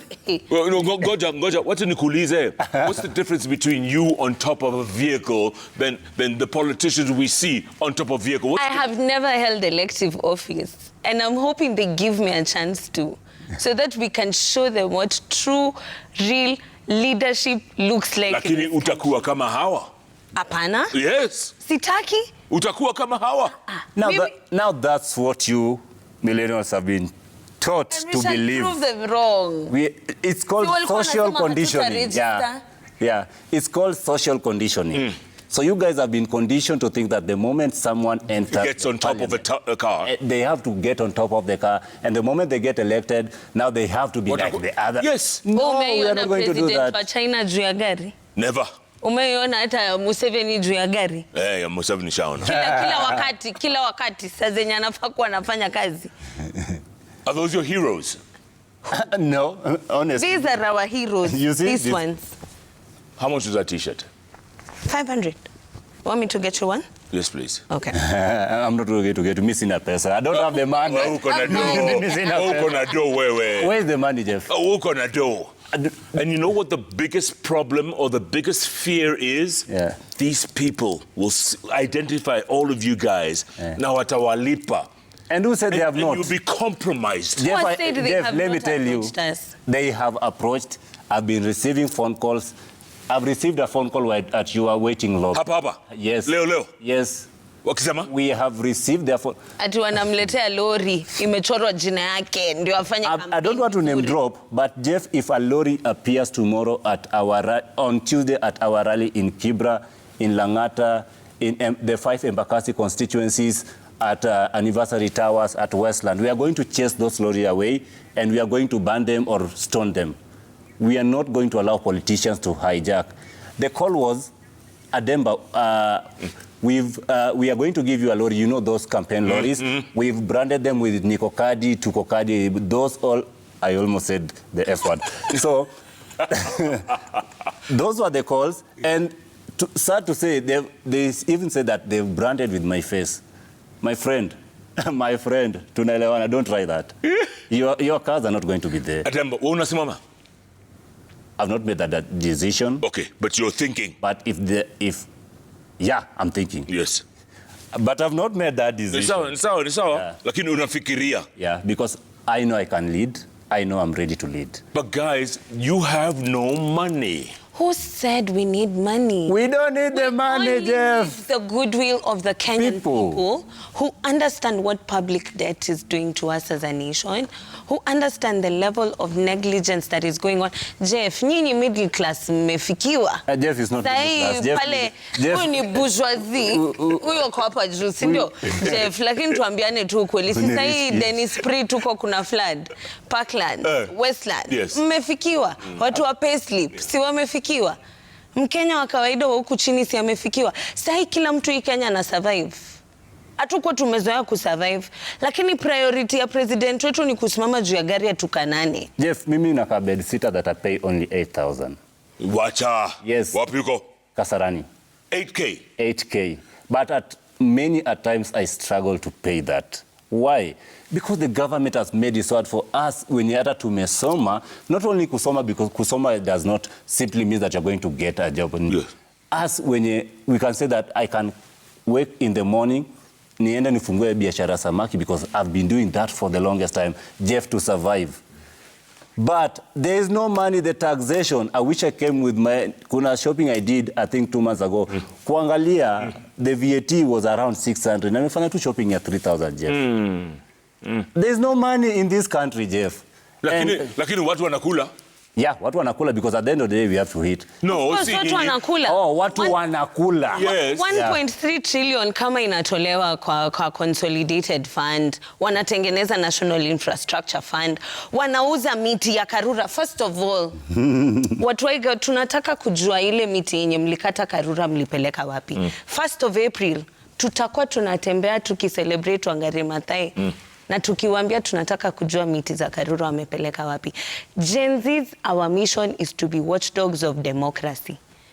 To be eternal vigilantes to government. Gava ilisema wataplant 20 billion trees. Wakate miti waeke. Si nimekwambia Harvard, lakini delivery ni bananas. So Jeff, why do you need a tarmac road inside a forest Why? to plant trees? Okay. Alikuwa anataka kujenga hoteli, tunajua. Jeff, tuko rada. Jeff, hata kama.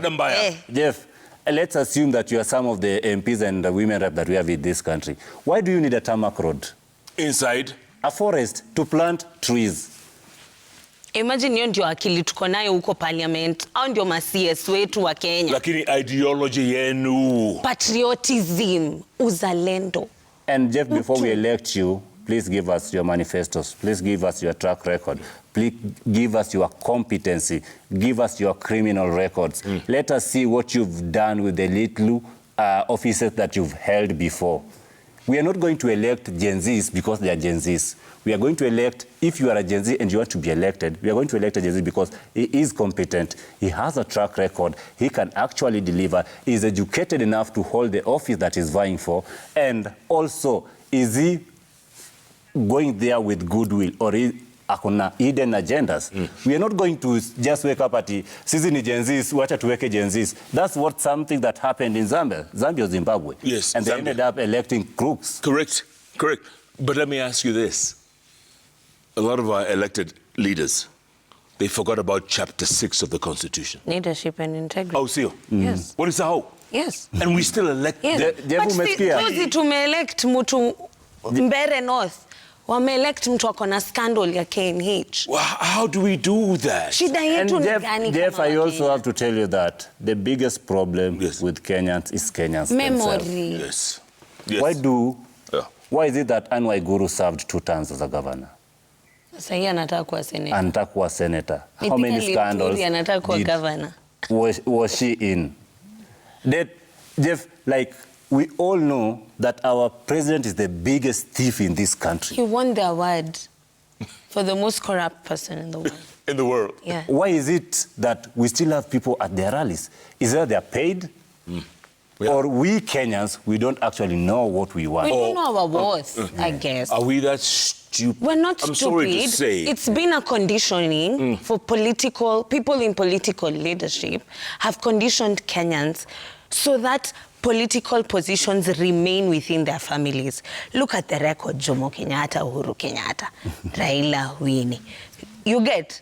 They have conditioned themselves to understand that political leadership revolves around them. And that is why they cannot understand us, young people, challenging the status quo and moving towards capturing political power. And you will. And that is our mission. And you can. Capture political power. Na mukikosa?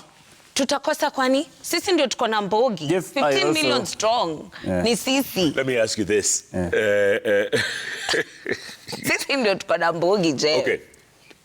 Sophie, did you wake up one day and find out, or what were you doing before you became this? Well, this is not basically what my life revolves around, but I have nothing else to lose other than my miserable life. My life is so miserable. Jeff, let me ask. Goja. Wacha jibu. I love Wacha jibu. My life is so miserable. Why is your What life? else could I be doing? I'm miserable waking up to seeing 86. Did you see that lady who was carrying her child on the back? Yeah. Her child slipped from her back and drowned. Akipita the flood. Alikuwa anatoka kutafutia Ruto pesa ya kuzurura ya tax. Akabebwa na maji, mtoto wake akakufa. Bridget alikuwa kwa nyumba na watch cartoon. Risasi. Na brother yake risasi kaingia kwa nyumba akaanguka. Can you imagine the trauma mask the vendor at Imenti The House, mask Jeff. vendor. Boniface Kariuki. Cheryl Adhiambo. Kennedy alikuwa ameendea homework. Real people. Let us continue naming them, Jeff. Yes, Eric please. Shieni, Yes. Ericson Mutisia, David Shege, Rex Masai. Jeff, the list Truly. goes on and on. And we are daring Julian the Njoki. president kama akokadi aseme basi akokadi na ameua majenzi. Aseme hivyo. Wewe ulikuwa wapi before? Okay, that's a very good question. Jeff, thank you for asking me that. You thought it would Yeah. come. Jeff, where was I before? Yes. Jeff, I'm born and raised in Kibra. All my life has been miserable. You see, Jeff, I started supporting myself when I was in Form 3. I used to live with my aunt in Kibra then. I can move to Shago. I couldn't move with her to Shago because also studies have to continue. Yes. Then past that, tukaingia mjengo, Jeff. Jeff, nilipita KCSE. The reason I'm telling you where that is, because nilipita KCSE, nikaingia mjengo. Yeah. For us to raise the money ya kuingia campus, then corona ikatutoanga kidogo, then we came back. Then, now that's where my journey with the government started. We can't be suffering that much. Tukaanza advocacy kidogo. So it's not just something that I just wake up, nikasema, oh, Ruto must go. We have been seeing this. Ruto alitu promise, he came as a pastor. Right now is the devil we are rebuking. You see how that to kill, that is. To steal and to destroy. That is what he has done to this country. He has killed young people. He has killed our businesses. He's killing our forests. And if we have to go back to the real discussion, voter registration, we want people to register for voting. Well, deviate, sana. No, sija deviate. Umesema Tuesday, Monday, Tuesday, Wednesday, sio? Till Friday. Thursday, Friday. Every day. Every day. Si niongeleshe sio mimi. So, I'm specifically talking to younger people because we've been accused of not registering for voting. Yes. So, buddies and gentlemen, this week we have a buddies hangout at the IBC office. What is a buddies hangout? Explain to us. Buddies hangout just entails you coming with your ID, registering for voting. Na itakuwa bash, bro.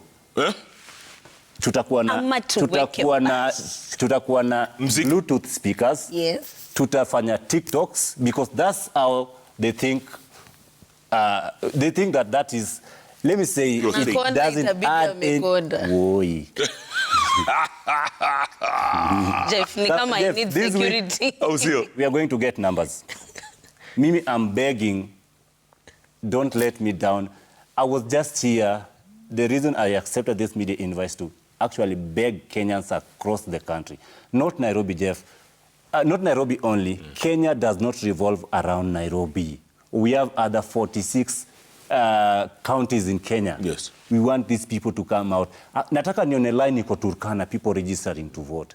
Nataka nione line iko Busia, line iko Homa Bay, line iko Kisumu, each and every county. So wherever you are, my guys, we kuja. Jeff, when we were in Kasarani, hatukujua tutapata maji ya kukunywa in those lines. People themselves bought. Wakaleta. Yeah, wakaleta maji, some bought snacks, and it happened. So this week, IBC mnaenda kusweat, you know what I was about to say the next one. If you're not ready, yes. Please, because they did their voter or clerks interviews and everything else, please muongeze watu huko. This week ni sherehe pon sherehe till Friday. Na hamuta choka. Jeff, I have nothing to do. Nikitaka fare nitaandika pale Twitter nitumiwe do. If nataka fare niende mahali, niende nijisawa watu. And I won't be afraid to do that. Yeah, nitasema sina fare. Ama nitapigia Jeff nitumie 2,000. Hiyo tu. Utanipea namba hapo hiyo sita. Sahi. Jeff unitumie. And will you not be discouraged if you do not get the numbers that you're looking for? At least we tried to do our civic duty. Good. And then what? Then we kick out bad governance. Oh, come on. And then we have a conversation about the consequences of their continued action. Are you going to blame yourselves, Gen Zs, for not standing up, for not, being up? Jeff, you seem to have forgotten we occupied parliament. You seem to have forgotten we ran these people out. But they waongeze chumvi kwa hizo mchele zao. Next time hatutakula tu mchele. Next time hatuendi kukula mchele wakijaribu. We will run them out of town if they dare to steal this coming elections. Na tutachunga kura. But we are going to guard our votes. Mukorada mbaya. Yes. Na msituambie hiyo story ati tuingie na simu, tunaingia na simu. Tutavaa meta glasses then. We'll see how they are going to. Yeah. Yes. Tutachanga pesa to buy. And you will guard the votes. Yes. Guard the votes. We will guard our votes. Tumeshindwa kulinda pesa yetu kama wa Kenya. Lakini vote haitatushinda. Jeff, let me also call all the celebrities to please help us influence. It's not a Demba thing. It's not a Sophie thing. It's a collective effort to making sure that Kenyans actually register for voting. Which celebrities are these? First of all, I've managed, a couple of them have actually decided to come. Yeah. I have been in their DMs, literally DMing them. So the ones who have actually accepted our invite is Octopizzo, joining us in Kibra, Nikki Big Fish, joining us in Kibra, Real Boogie, joining us in Langata, Eric Omondi joining us in the 5 Embakasi constituencies, and I'm just begging, Casmuel, Charisma joining us in Kibra, and I have to say this, I'm begging you guys, influencers, please come out, help us mobilize Kenyans to take votes. This time will count too much. We will remember those who stood with us in this fight. And not that Ademba will remember, but Kenya will remember. These people have been taking us for, let me say, losers or jokers, that we cannot even take a single step in this register to vote. Yes. We have to prove them wrong. Unajua ni mbaya hadi president lazima ibe hadi slogan yetu. Why was the president jumping on our slogan? Wamesema tuko kadi. In fact, that's kadi. Olive Burrows, lots of reactions coming in thick and fast, guys. And it's not just Sophie who's asked that question. It's coming as part of our feedback as well. The feedback is still coming in, but we can sample what we have ready. This is Okello James 3, who says Tukokadi is a viable voter registration mobilization drive that calls for a collective support. It's not a political endorsement. Backlash against those promoting it, including pro-government voices, is a cake. This is Okello Mwalimu, who says Gen Zs must come up with more realistic initiatives that will pass the test of time. They must turn their frustration into positive energy, devoid of raw anger and hatred. I respectfully submit to them to live with the reality that Ruto will be in power up to 2032. What do you say to that? That he's saying, he's talking about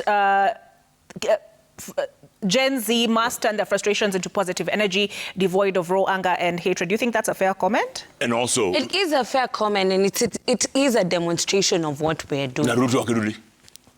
Nani anamrudisha? No, let's face it. Akirudi ameiba. Simple. Wango. Nani anamrudisha? Nimekwambia one thing, Jeff. Ruto must go. Na kirudi, I mean, ataenda. Ndio tunasema if he comes back ameiba. Hata unajua Jeff huyu jamaa ni mwizi. Jeff hata kujifanya. All right, let's see. But that's a valid point. Miss Origi, who says, what the challenge has been is Kenyans believe that someone else should come and bring solutions to existing problems. Kenyans must also be part of the solution. It's time for declaring jukumu letu, no more haki yetu. Haki yetu. A collective effort, yeah. This is Dan Tuitani, leaderless, and they want to lead the country. How is that possible? That's good. There you go. You're leaderless, you're tribeless, you're this-less, you're that-less. Yes, you're all forgetting, I tell you, that the movement will choose its leader at the right time. But you don't know who that is. But isn't it functioning? We haven't shown you our leaders, but we're able to rally numbers, right? You never knew we were going to register for voting. So how do you know that we're going to have our leader? All right, let's take a look at some more comments. This is Sami Kibet 79, who says the Gen Zs are doing well until money and tribal inclinations come into play. When politics reach fever pitch come 2027. I wish them well, though. Do you think money and tribal inclinations will sway you? You guys will be paid, you know that. We you just will said be we are paid. tribeless. Isn't that? Mutalipwa. Na nani? Si akuje sahi. Kwanza tufanye tuko kadi zingine 1450 Kenya. Alete hizo pesa sahi kwanza. Unajua tukapewa pesa sahi. Tunaeka mapicha. Jeff, in fact, mimi nikilipota niona na GLE. Murals. Tukumbushe wa Kenya venye Ruto ametufanyia. All right, so this is ndio tutatumia hiyo pesa. This is Atras Bashir Were 01. This is encouraging. I believe Gen Z and millennials have the numbers to capture presidency come 2027. Naras anasema niko kadi. Thank you, Ras. Wewe Olive uko kadi? Niko kadi. At Bato says, no more blind loyalty, no more empty promises. A generation that questions everything is dangerous to anyone who thrives on silence. They fear one thing, a thinking population. Unfortunately for them, tuko kadi, we are angry and awake. Thank you, Bas. Angry. This is Miriam Ahmed, who says, are they campaigning to remove President Ruto or to register voters? Are they saying those of contrary opinion are not citizens? And she says, I'm confused. Kwa nini mtu anajishuku? Wewe kuwa tu na kadi yako. Venye utafanya na kadi yako is up to you. But for sisi as young people tunasema tuko kadi is equals Ruto must go. All right. And that was, let me say, that was ilipandishwa sana when Ruto jumped on. It was an intellectual theft when our president came and said, niko kadi. Bro, uko kadi ya nini? We are here to get you out. Hata yeye mwenyewe hizijivotia. I'm so sure hiyo siku akivota hatajivotia. Ajitrust. Let's see, this is Just for Lawrence, who says, in my view, this movement is a movement coming up doing the work of civil society, I guess, or no budget.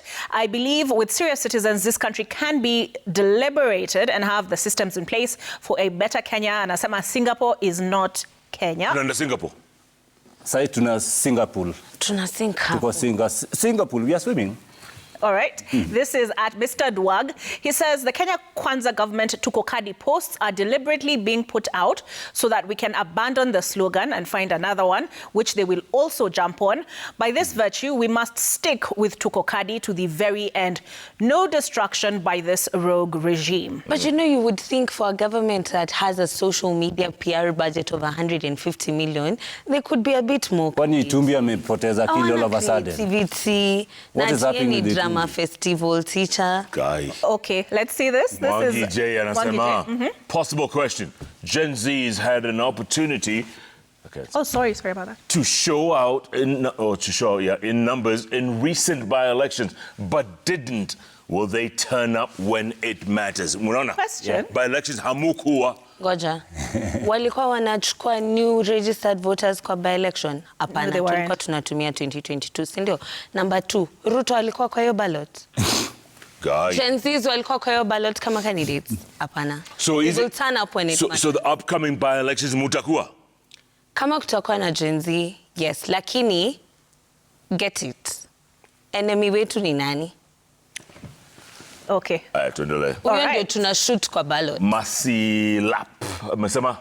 Ask those young Tukokadi team, what if Ruto wins? What next for them? What if he loses? What next for her? Nobody has asked that question. It's there. No, what if he loses? Oh, okay. What if he loses? What next for them? All right, they've asked a question back. This is at Steve Mwa. Okay. These brats are saying that Ruto cannot win the votes or else they occupy IEBC. That is clearly subverting the Constitution. They will be dealt with by law and order teams and supporters of fairness and justice. Let the law come. You are brats, Wama. You are brats. We are brats. Iko tu sawa, tunaendanga na iPhone na tunakulanga KFC na tunabebwa na Uber. Maji ni dasani. Maji ni dasani, Keringet. Hiyo sio waba, hiyo ni maji dasani. This is Daniel, who says you underestimate Gen Z. Exactly. Now we are awake, bold, and ready to take charge. If you can't bring change, step aside. Change is not coming. It is already here with us. Tukokadi Mbaya. This is Stigma, who again uses the term brat. This is bratish mentality. And they have clearly been sponsored, is what they say. How can they say that they want to register to vote and must get results favorable to them by force? We have to do that. We are sponsored, by the way. We are sponsored by the whole Kenyans. We are sponsored by those who died in 2024. We are sponsored by the 1.3 trillion that got lost the other day, that was stolen the other day. And we are also sponsored by 43 million that was stolen from, what's it called, e-Citizen. And we are also sponsored by the fact that Ruto must go. Yes, we are sponsored. Next week, mtaniona na GLE, we are really sponsored. GLE ni ile German? Yeah, Mercedes. Yeah. All right, this is Ms. Origi, who says, those who understand what needs to be done are very aware that during this Tukokadi campaign, there is also need to do a lot of civic education so that people understand the roles and qualities of elected leaders to look for during the elections in 2027. Sure. And that's how we are going to sustain the movement. Yes. We are not only pushing them to register, but also to make them understand why they're registering. We have been doing that. I've been doing that through my social media post, Jeff. There was a whole celebrity who traveled from Nairobi to go register as a voter for Bungoma. Yet you can walk to IBC offices in Westland and register as a voter for Bungoma. IBC has not done any education on that. So we are taking it as our roles. My role, we are going to do that. Jeff, don't expect us to acha hii kitu iende. This is the best chance for us to actually educate Kenyans. And probably the last chance. All right, this is at RMA Kiberenge. This generation will change this country in our lifetime. I love the resolve and courage. May God protect them against the devil of abduction. This is Wayne Wikis, who says, my dad died in 2022, but his name is still in the IBC database as a voter. I checked a while ago, and I'm surprised that bado ako kadi. Tunaona si stories za jaba. Ni ukweli. You thought you mlidhani si stories za jaba. Hapo unadhani tunakwambia jaba. Hata jaba ni expert wezi afford these things. Manze, unaona? Na bado ako kwa voters. Ako kadi. Na ata vote. Akiwa? Ata vote. Guy. And also address the issue of IDs taking very long for new to come out. Yeah. Na pia majenzi muende ID. Zenye tumeshataka muende. Yeah. Na ukishachukua ID uende ukue kadi. Yeah. It's that simple. It's that simple. All right, so clearly they need to clean up the voter register. This is Geoffrey, who says, Gen Zs think that regional politics is dead. We all come from one of the regions. Nothing like sisi kama Gen Z. We are Kenyans na tuko na tabia zetu. Yeah, that's social conditioning. Now we are changing the social conditioning. Mutaweza? Tabia zetu. Mutaweza? Why not, Jeff? Tuliingia parliament. Na tukakula mchele. Guy. Just changing the social conditioning. All right, this is at Chillgirl99. Go ahead, Jeff. It says a conversation that should be held every day. I love your confidence, Ademba and Sophie. Well in.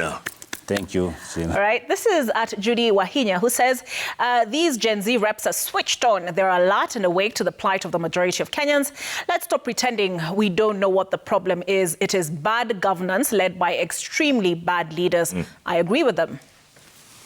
Thank you, Maurice. All right, this is agreeing with us. Yeah, Maurice Aya, who says, Tuko Kadi will work, but they'll vanish during the election day. Wanaogopa kupanga laini, kupiga kura. Niko Kadi though, Ruto tuta. Olive, it only takes 30 minutes for, and let me say, the average time for somebody to be in the voting line. Mimi niliwa kama clerk in 2022 in Kibra. You cannot stay in the line mpaka jioni. And hata kwa registration, you only take 5 minutes for someone to be registered. So this person is clearly misinformed. And it's not only about that. Hatutaenda kupanga line kama maduanzi tuboeke hapo. Tunaenda na ma Bluetooth speaker. Voting ni bash kweli. On voting day. Who is going to stop us? Hapo tunalinda kura zetu. Hatu vote ati mnatutia gas twende home. Ngumu. Chakula mtatoa wapi? Chakula. Tunajua. Hiyo tuachie. Tutakula vako. Unajua wewe Jeff ni babi. If it's just about it. Si tuko tu sawa na kukula vako, lakini hiyo tuachie. Mimi si babi. Wewe ni Barbie. So you've been called a retired baddie. A retired baddie. This is Ed Musyoka. Okay, so there are many more, but this is what we're able to compile in the time we had. Ambieni Ruto awache kuiba slogan ya watoto. Please. Ameiba. Anaiba slogan. A whole president. Alisema tuko Kadi. But he has a whole PR team. They couldn't come with their own slogan. That's a question. Itumbi is there. He has a bunch of bloggers on X, bunch of bloggers on TikTok and Instagram. What were they doing? Waiting for our slogan? That's clearly tell anyways. It starts from the simple act of stealing a slogan. That, by the way, it's intellectual property theft. And I should sue the president. Yeah. Folks, absolutely. Let's get some final words. Going forward, Sophie, what do you tell your people out there watching you, listening to you, and how do you make them believe what you're saying? You see, as Kenyans, we have come from somewhere. Somebody has fought, people fought for the freedoms that we have today. So the least we can do is to fight to sustain those freedoms. We must continue organizing in our homes, in our communities, kwa matatu, everywhere we must keep organizing. We must keep having conversations. We must understand that we can no longer be complainers, but people who turn their constitutional right into their power. So our constitutional right to vote is what will deliver us from corruption, from thieves, from killers of our destinies and our lives. Voting is what will take us to the promised land as young people. So what we are saying is we need a government that is going to simply implement the Constitution, respect the right to life of Kenyans, na msisahau wenye walikufa kwa street wakipigania nchi mpya. Msisahau wa Kenya, this is our nation. What Kenya do we want?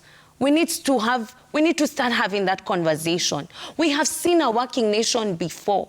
My generation benefited from free education. Kenya inaweza work. Ni venye tu tunaibiwa na tunauziwa uoga. But kitu tunataka kuambia hii gava kama Gen Zs ni hatutaogopa kupokonywa maisha yetu, hatutaogopa kupigwa, hatutaogopa kuabdaktiwa na hatutaogopa kuongea. Na tutachukua kadi na tuko kadi, na Ruto akayakijua tuko kadi is equals to Ruto must go. Na sio Ruto pekee, ni system yote. Yeah, majambas. Na kama leo tunataka kuadvertise kazi zote za civil servants, kama unataka kukuwa civil servant after 2027, anza kutuma applications sahi. Tuna clean hii gava beginning to end. Yes. Ademba, you have the final word. Okay, Kenyans, I came up with a very simple challenge to show the government that we, the Gen Zs, can actually do what they think we cannot do. They have been underestimating us for the longest time possible. They said that we are not going to register for voting. It would be a big shame to me if we don't actually register for voting, because it's something that I have taken personally to make sure that you guys register for voting. By actually saying that, Majama, join us in this move. It costs no dime. Hakuna pesa we need to register for voting. I spent 1,000 to create the poster. IBC has a budget of 100 million. They have not used it. But you guys, that can tell you something. They don't want us to register for voting. So please come out. Hii wiki is a buddies hangout. Please kuja na KFC, kuja na Majedasani, kuja na Uber, and carry 10 of your friends. Kapul, tembeni mkuje. Na mvae comfortably, because this week ni bashi ya kura maze. Ni bashi ya kutoa gava inje.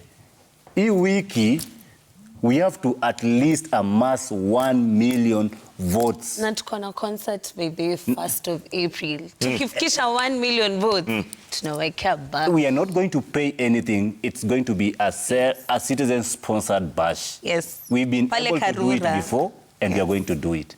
So please come out starting tomorrow. Musingoje Tuesday peke. Yes. Tuesday najua itakuwa bigi, but please, mimi naomba, come out each and every day.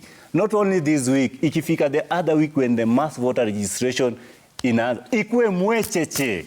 Tunaenda kuchachisha. Ingine mwecheche. Nini? Ni mbaya. Oh. Ni mbaya. So coming... Nikulonzero. Jeff, that's a very old saying. Uswai sema mahali kwenye kuna jenzi. Pole bro, pole. Guy. Pole. So coming next week, guys. Starting Monday, starting next week, don't let us down. Let's prove a point to them. And also, after we've registered, please take a step in understanding why you actually registered. Please take a step in understanding that why do we need to elect competent leaders? Understand the role of MCA, the role of MP, the role of women rep, the role of senator, the role of governor, and the role of president. And also have a deep scrutiny on who you are going to elect, because who you are going to elect is going to determine the future of your children. 20 years to come, our Satakuwa Mededi, and arrest my case there. We don't want our children to suffer because we did nothing. I hear you. Ademba Allens. Yeah. Sophie Njahia. Uko kadi? Mbaya. Mbona uko kadi? Niko kadi mbaya. Mbona uko kadi? Because you know what? I first voted. Ustupe ansa ya kibabi. I first voted in 2013 for the very first time. In 2013, Jeff. First time. Where were you before 2013? Whether niambia 2013 ndio ulikuwa na turn 18, Jeff. Kama juu. Kuna diaspora voting. Baya. Akuna, there was none. Your time kukukua. We understand you. Sai tuko nayo. 13, 17, 22. Wanafaa wakumbuke kuregister new. But let me ask you this. Is this hope or is it hype? Any movement. It's not hope, it's not hype. Is it registering or is it just renting? It's registering for better Kenyans. The biggest lie the politicians gave you people, youth, about 2027? Ilikuwa? Itakuwa? The biggest lie that politicians gave us. Is it revolution or repetition? We don't want repetition, we want revolution. Think about it, guys. Think about it. Now tell the Kenyans too. Oh, sio. Oh, sio. Yeah. Do you believe these guys? Especially our mothers. Are you part of this? On you. Are you part of this movement? Mukokadi. Sit Kokadi. 100%. Keep tweeting at Korenga Jeff, at O'Burrows, at Citizen TV Kenya. The hashtag is Sunday Live. Coming up next, Emmanuel Dongo with the sports news. Wow, you guys are brilliant, man. Give us hope. You give us hope. Thank you. Do not stop. We're grateful.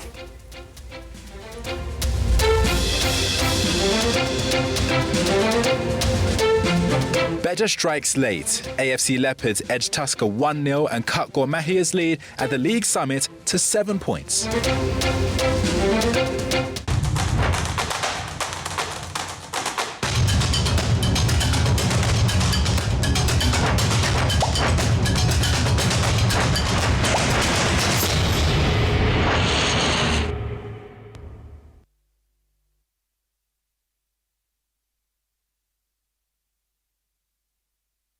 Dark marks, I took them. From that to this. New Glycolic Bright Anti-Dark Mark Serum by L'Oreal Paris. Now with Melisol, our strongest anti-dark mark active molecule.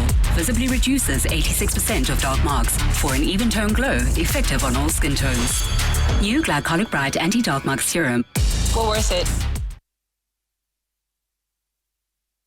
Take advantage of our own collection offer and get additional discounts when you pick up your order from Royal Mabati Factory Limited. Corrugated and box profile at 353 shillings per meter. Brick tile and Roman tile at 370 shillings per meter. Free delivery is still available, but own collection means bigger savings. And you get your Mabati within 2 hours. Call us now on 0722 638383.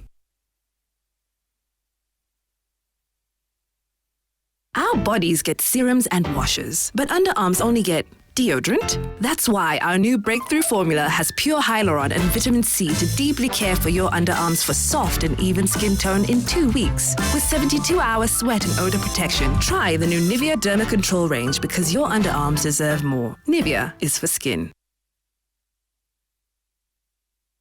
Deals kibao kila wiki na Carrefour. Enjoy Winner Vegetable Oil 5 liters at 1,119 shillings. Assorted Pampers diapers at 1,599 shillings. Assorted Contigo water bottle at 1,424 shillings. And Von Cooker at 34,995 shillings. Deals kibao kila wiki na Carrefour. Jishindie pickup na zawadi nyinginezo na Dekalb. Dekalb from Bayer East Africa offers top-performing hybrid maize seeds that give you high yields, strong drought and disease tolerance, and reliable results. Dekalb comes in trusted varieties. Buy genuine Dekalb seed from your nearest agrovet, scratch SMS to 1393. You could be a winner. Dekalb, mafanikio shambani. Terms and conditions apply. Licensed by BCLB. At ZTech University, we equip you with global skills to thrive in today's and tomorrow's job market. Choose from market-driven programs in law, data science, computer science, nursing, software engineering, education, business, hospitality, media, IT, and international relations. Learn from expert faculty committed to your success. Grow beyond the classroom. Call our admissions consultants and join our May 2026 intake. ZTech University, inventing the future. No matter how chaotic your day gets, the new Nice and Lovely Ultra Fresh Deo with zero alcohol keeps you fresh all day with 48 hours sweat and odor protection. Make moves bila jasho. Try the new Nice and Lovely deodorant today. 9 out of 10 women said they would switch.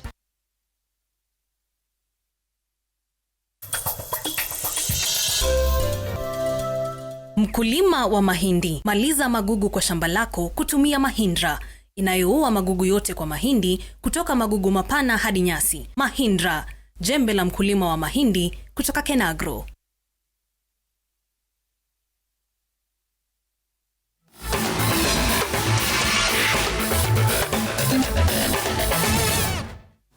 Welcome back to the programme. My name is Emmanuel Ndungu. Let's get into the day's sports. AFC Leopards have narrowed the gap on league leaders Gor Mahia to just 7 points after a hard-fought 1-0 win over Tusker FC in a Kenyan Premier League clash at the Nyayo National Stadium. The decisive moment came 9 minutes from full-time when Hassan Beja fired home the winner as Leopards completed a season double over the Brewers and kept their title hopes very much alive. In other results, Ulinzi Stars edged Nairobi United 2-1. Mathare United and Murang'a Seal shared the points in a 1-1 draw, while Posta Rangers also claimed a 2-1 win over the Kariobangi Sharks.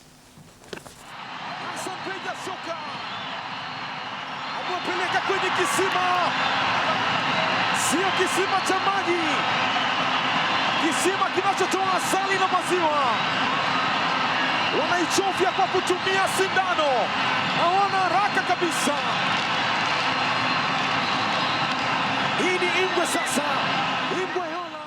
Still on the Premier League, the Kakamega Homeboys were forced to settle for a point at the Buhungu Stadium after a 1-1 draw against visitors Bandari in a tight Kenya Premier League match. The result leaves Homeboys 5th in the standings, while Bandari move up to 8th after 25 matches played. Ngamchia pembeni, Joseph Onyanga amepenyeza pass kwa Hassan Abdalla, inajazwa ndani huko.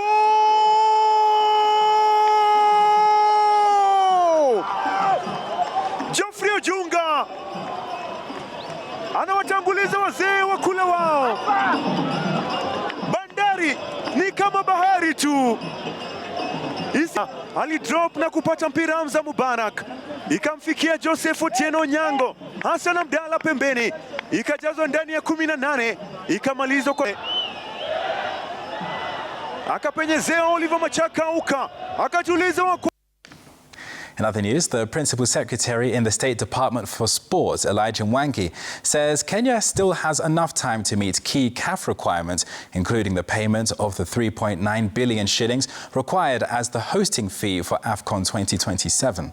While giving an update on Kenya's preparedness for AFCON, the PS said discussions between the Sports Department and the Parliamentary Committee on Sports and Culture have agreed to formally write to the National Treasury to prioritise the funds. He clarified that the issue is not a lack of money, but that the funds were not included in the current budget. However, he expressed confidence that the money will be included when the supplementary budget is approved.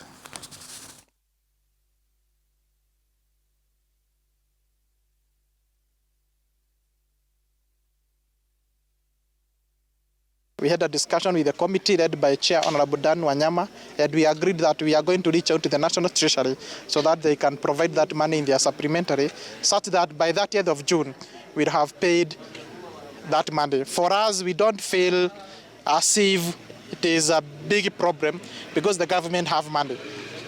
The issue is that the money is not in our current budget. And you know the government works in a systematic way.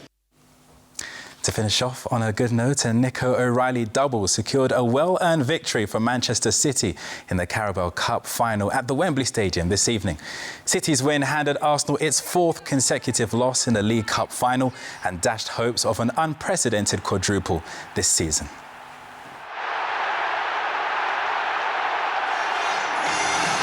Well, City's grip tightens as the goalkeeper's failed him.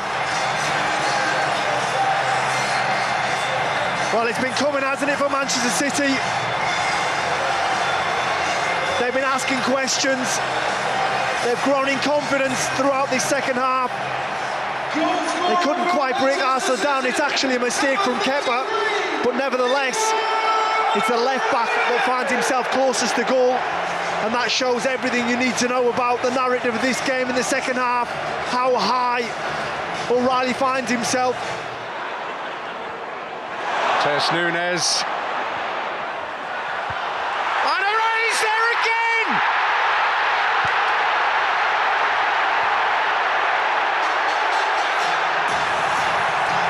Sheer delight for Manchester City! Arsenal sent tottering to the canvas!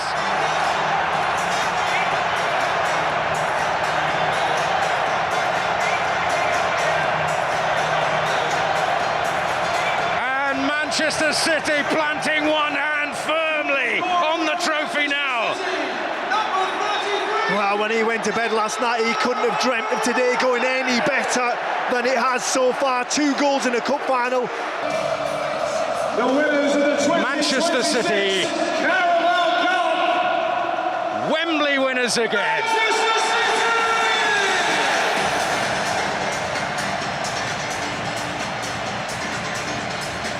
For the 9th time, only bettered by Liverpool, they take home the Football League Cup. And who knows what may lie ahead in the weeks to come.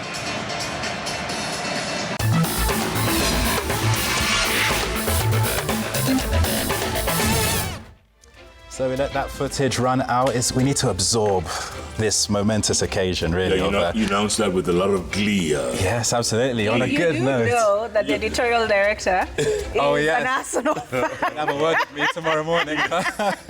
But no, it's fantastic. Nico O'Reilly, by the way, a 2005-born kid, left back, actually, found himself in a box twice for a header to score the 2-0 win over Arsenal. Incredible.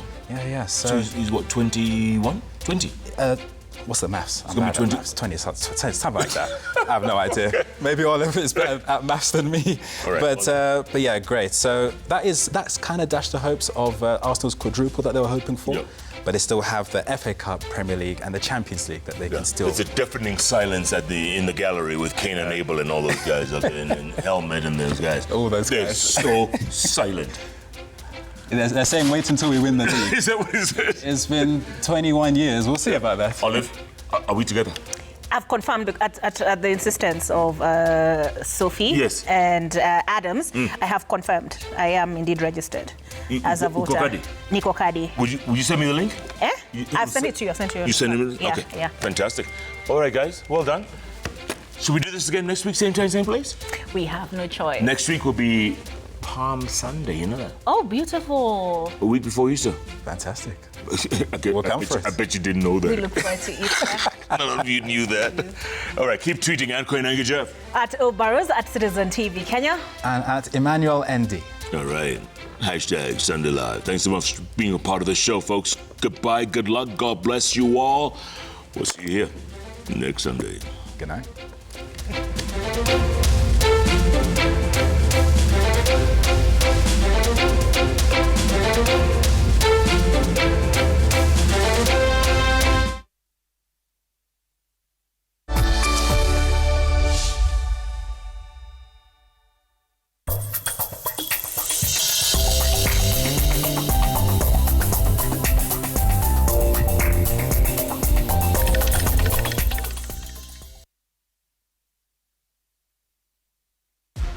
Oya, hiyo one bob imebaki kwa wallet. Usidharau, inaweza kukutoa kwa block mbaya. Sahi, unaweza take off na bob on JetX, Hydroplane, Comic Crush, Balloon and your favorite Kandege game. Tawala skies na as low as 1 bob. The more multiplier yako inapanda, the more bob yako inakuongezea do. Ingia shabiki.com, take off na bob on Crash Games na ukash out wins biggie. Play responsibly, not for persons under the age of 18. Our bodies get serums and washes, but underarms only get deodorant. That's why our new breakthrough formula has pure hyaluron and vitamin C to deeply care for your underarms for soft and even skin tone in 2 weeks. With 72-hour sweat and odor protection, try the new Nivea Derma Control range because your underarms deserve more. Nivea is for skin.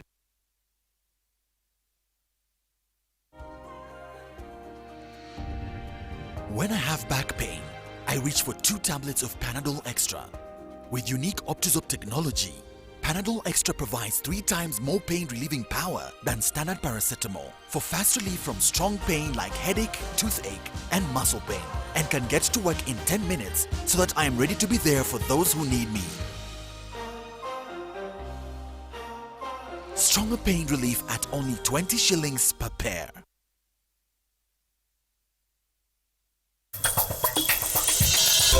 Did you know when? What are you going to say to me? You want me to leave this place?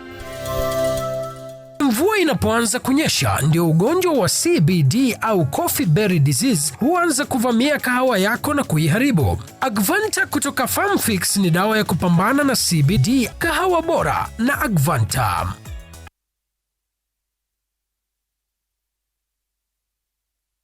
Karibuni wakulima kwa mkutano wa leo. Nimewaletea daktari mwenye atatufunza jinsi ya kujitengenezea dawa ya kupalilia mahindi. Kutengeneza Karobosta special ni rahisi sana. Unachukua hii, unachanganya na hii. Unaona iko na haya fenete ya kwekwe. Unaweka kwa hii. Kwani tia gas? Makosa imefanyika. Usichezwe. Kolopa ndio dawa dhabiti ya kupalilia mahindi. Kolopa 300 OD ni dawa ya kipekee yenye nguvu ya viambato vitatu huingia kwenye majani na mizizi ya magugu na kukatiza ukuaji. Kolopa 300 OD, kiwango kidogo, shamba safi. A product of Osho Chemical Industries Limited. No matter how chaotic your day gets, the new Nice and Lovely Ultra Fresh Deo with 0 alcohol keeps you fresh all day with 48 hours sweat and odor protection. Make moves bila jasho. Try the new Nice and Lovely deodorant today. 9 out of 10 women said they would switch.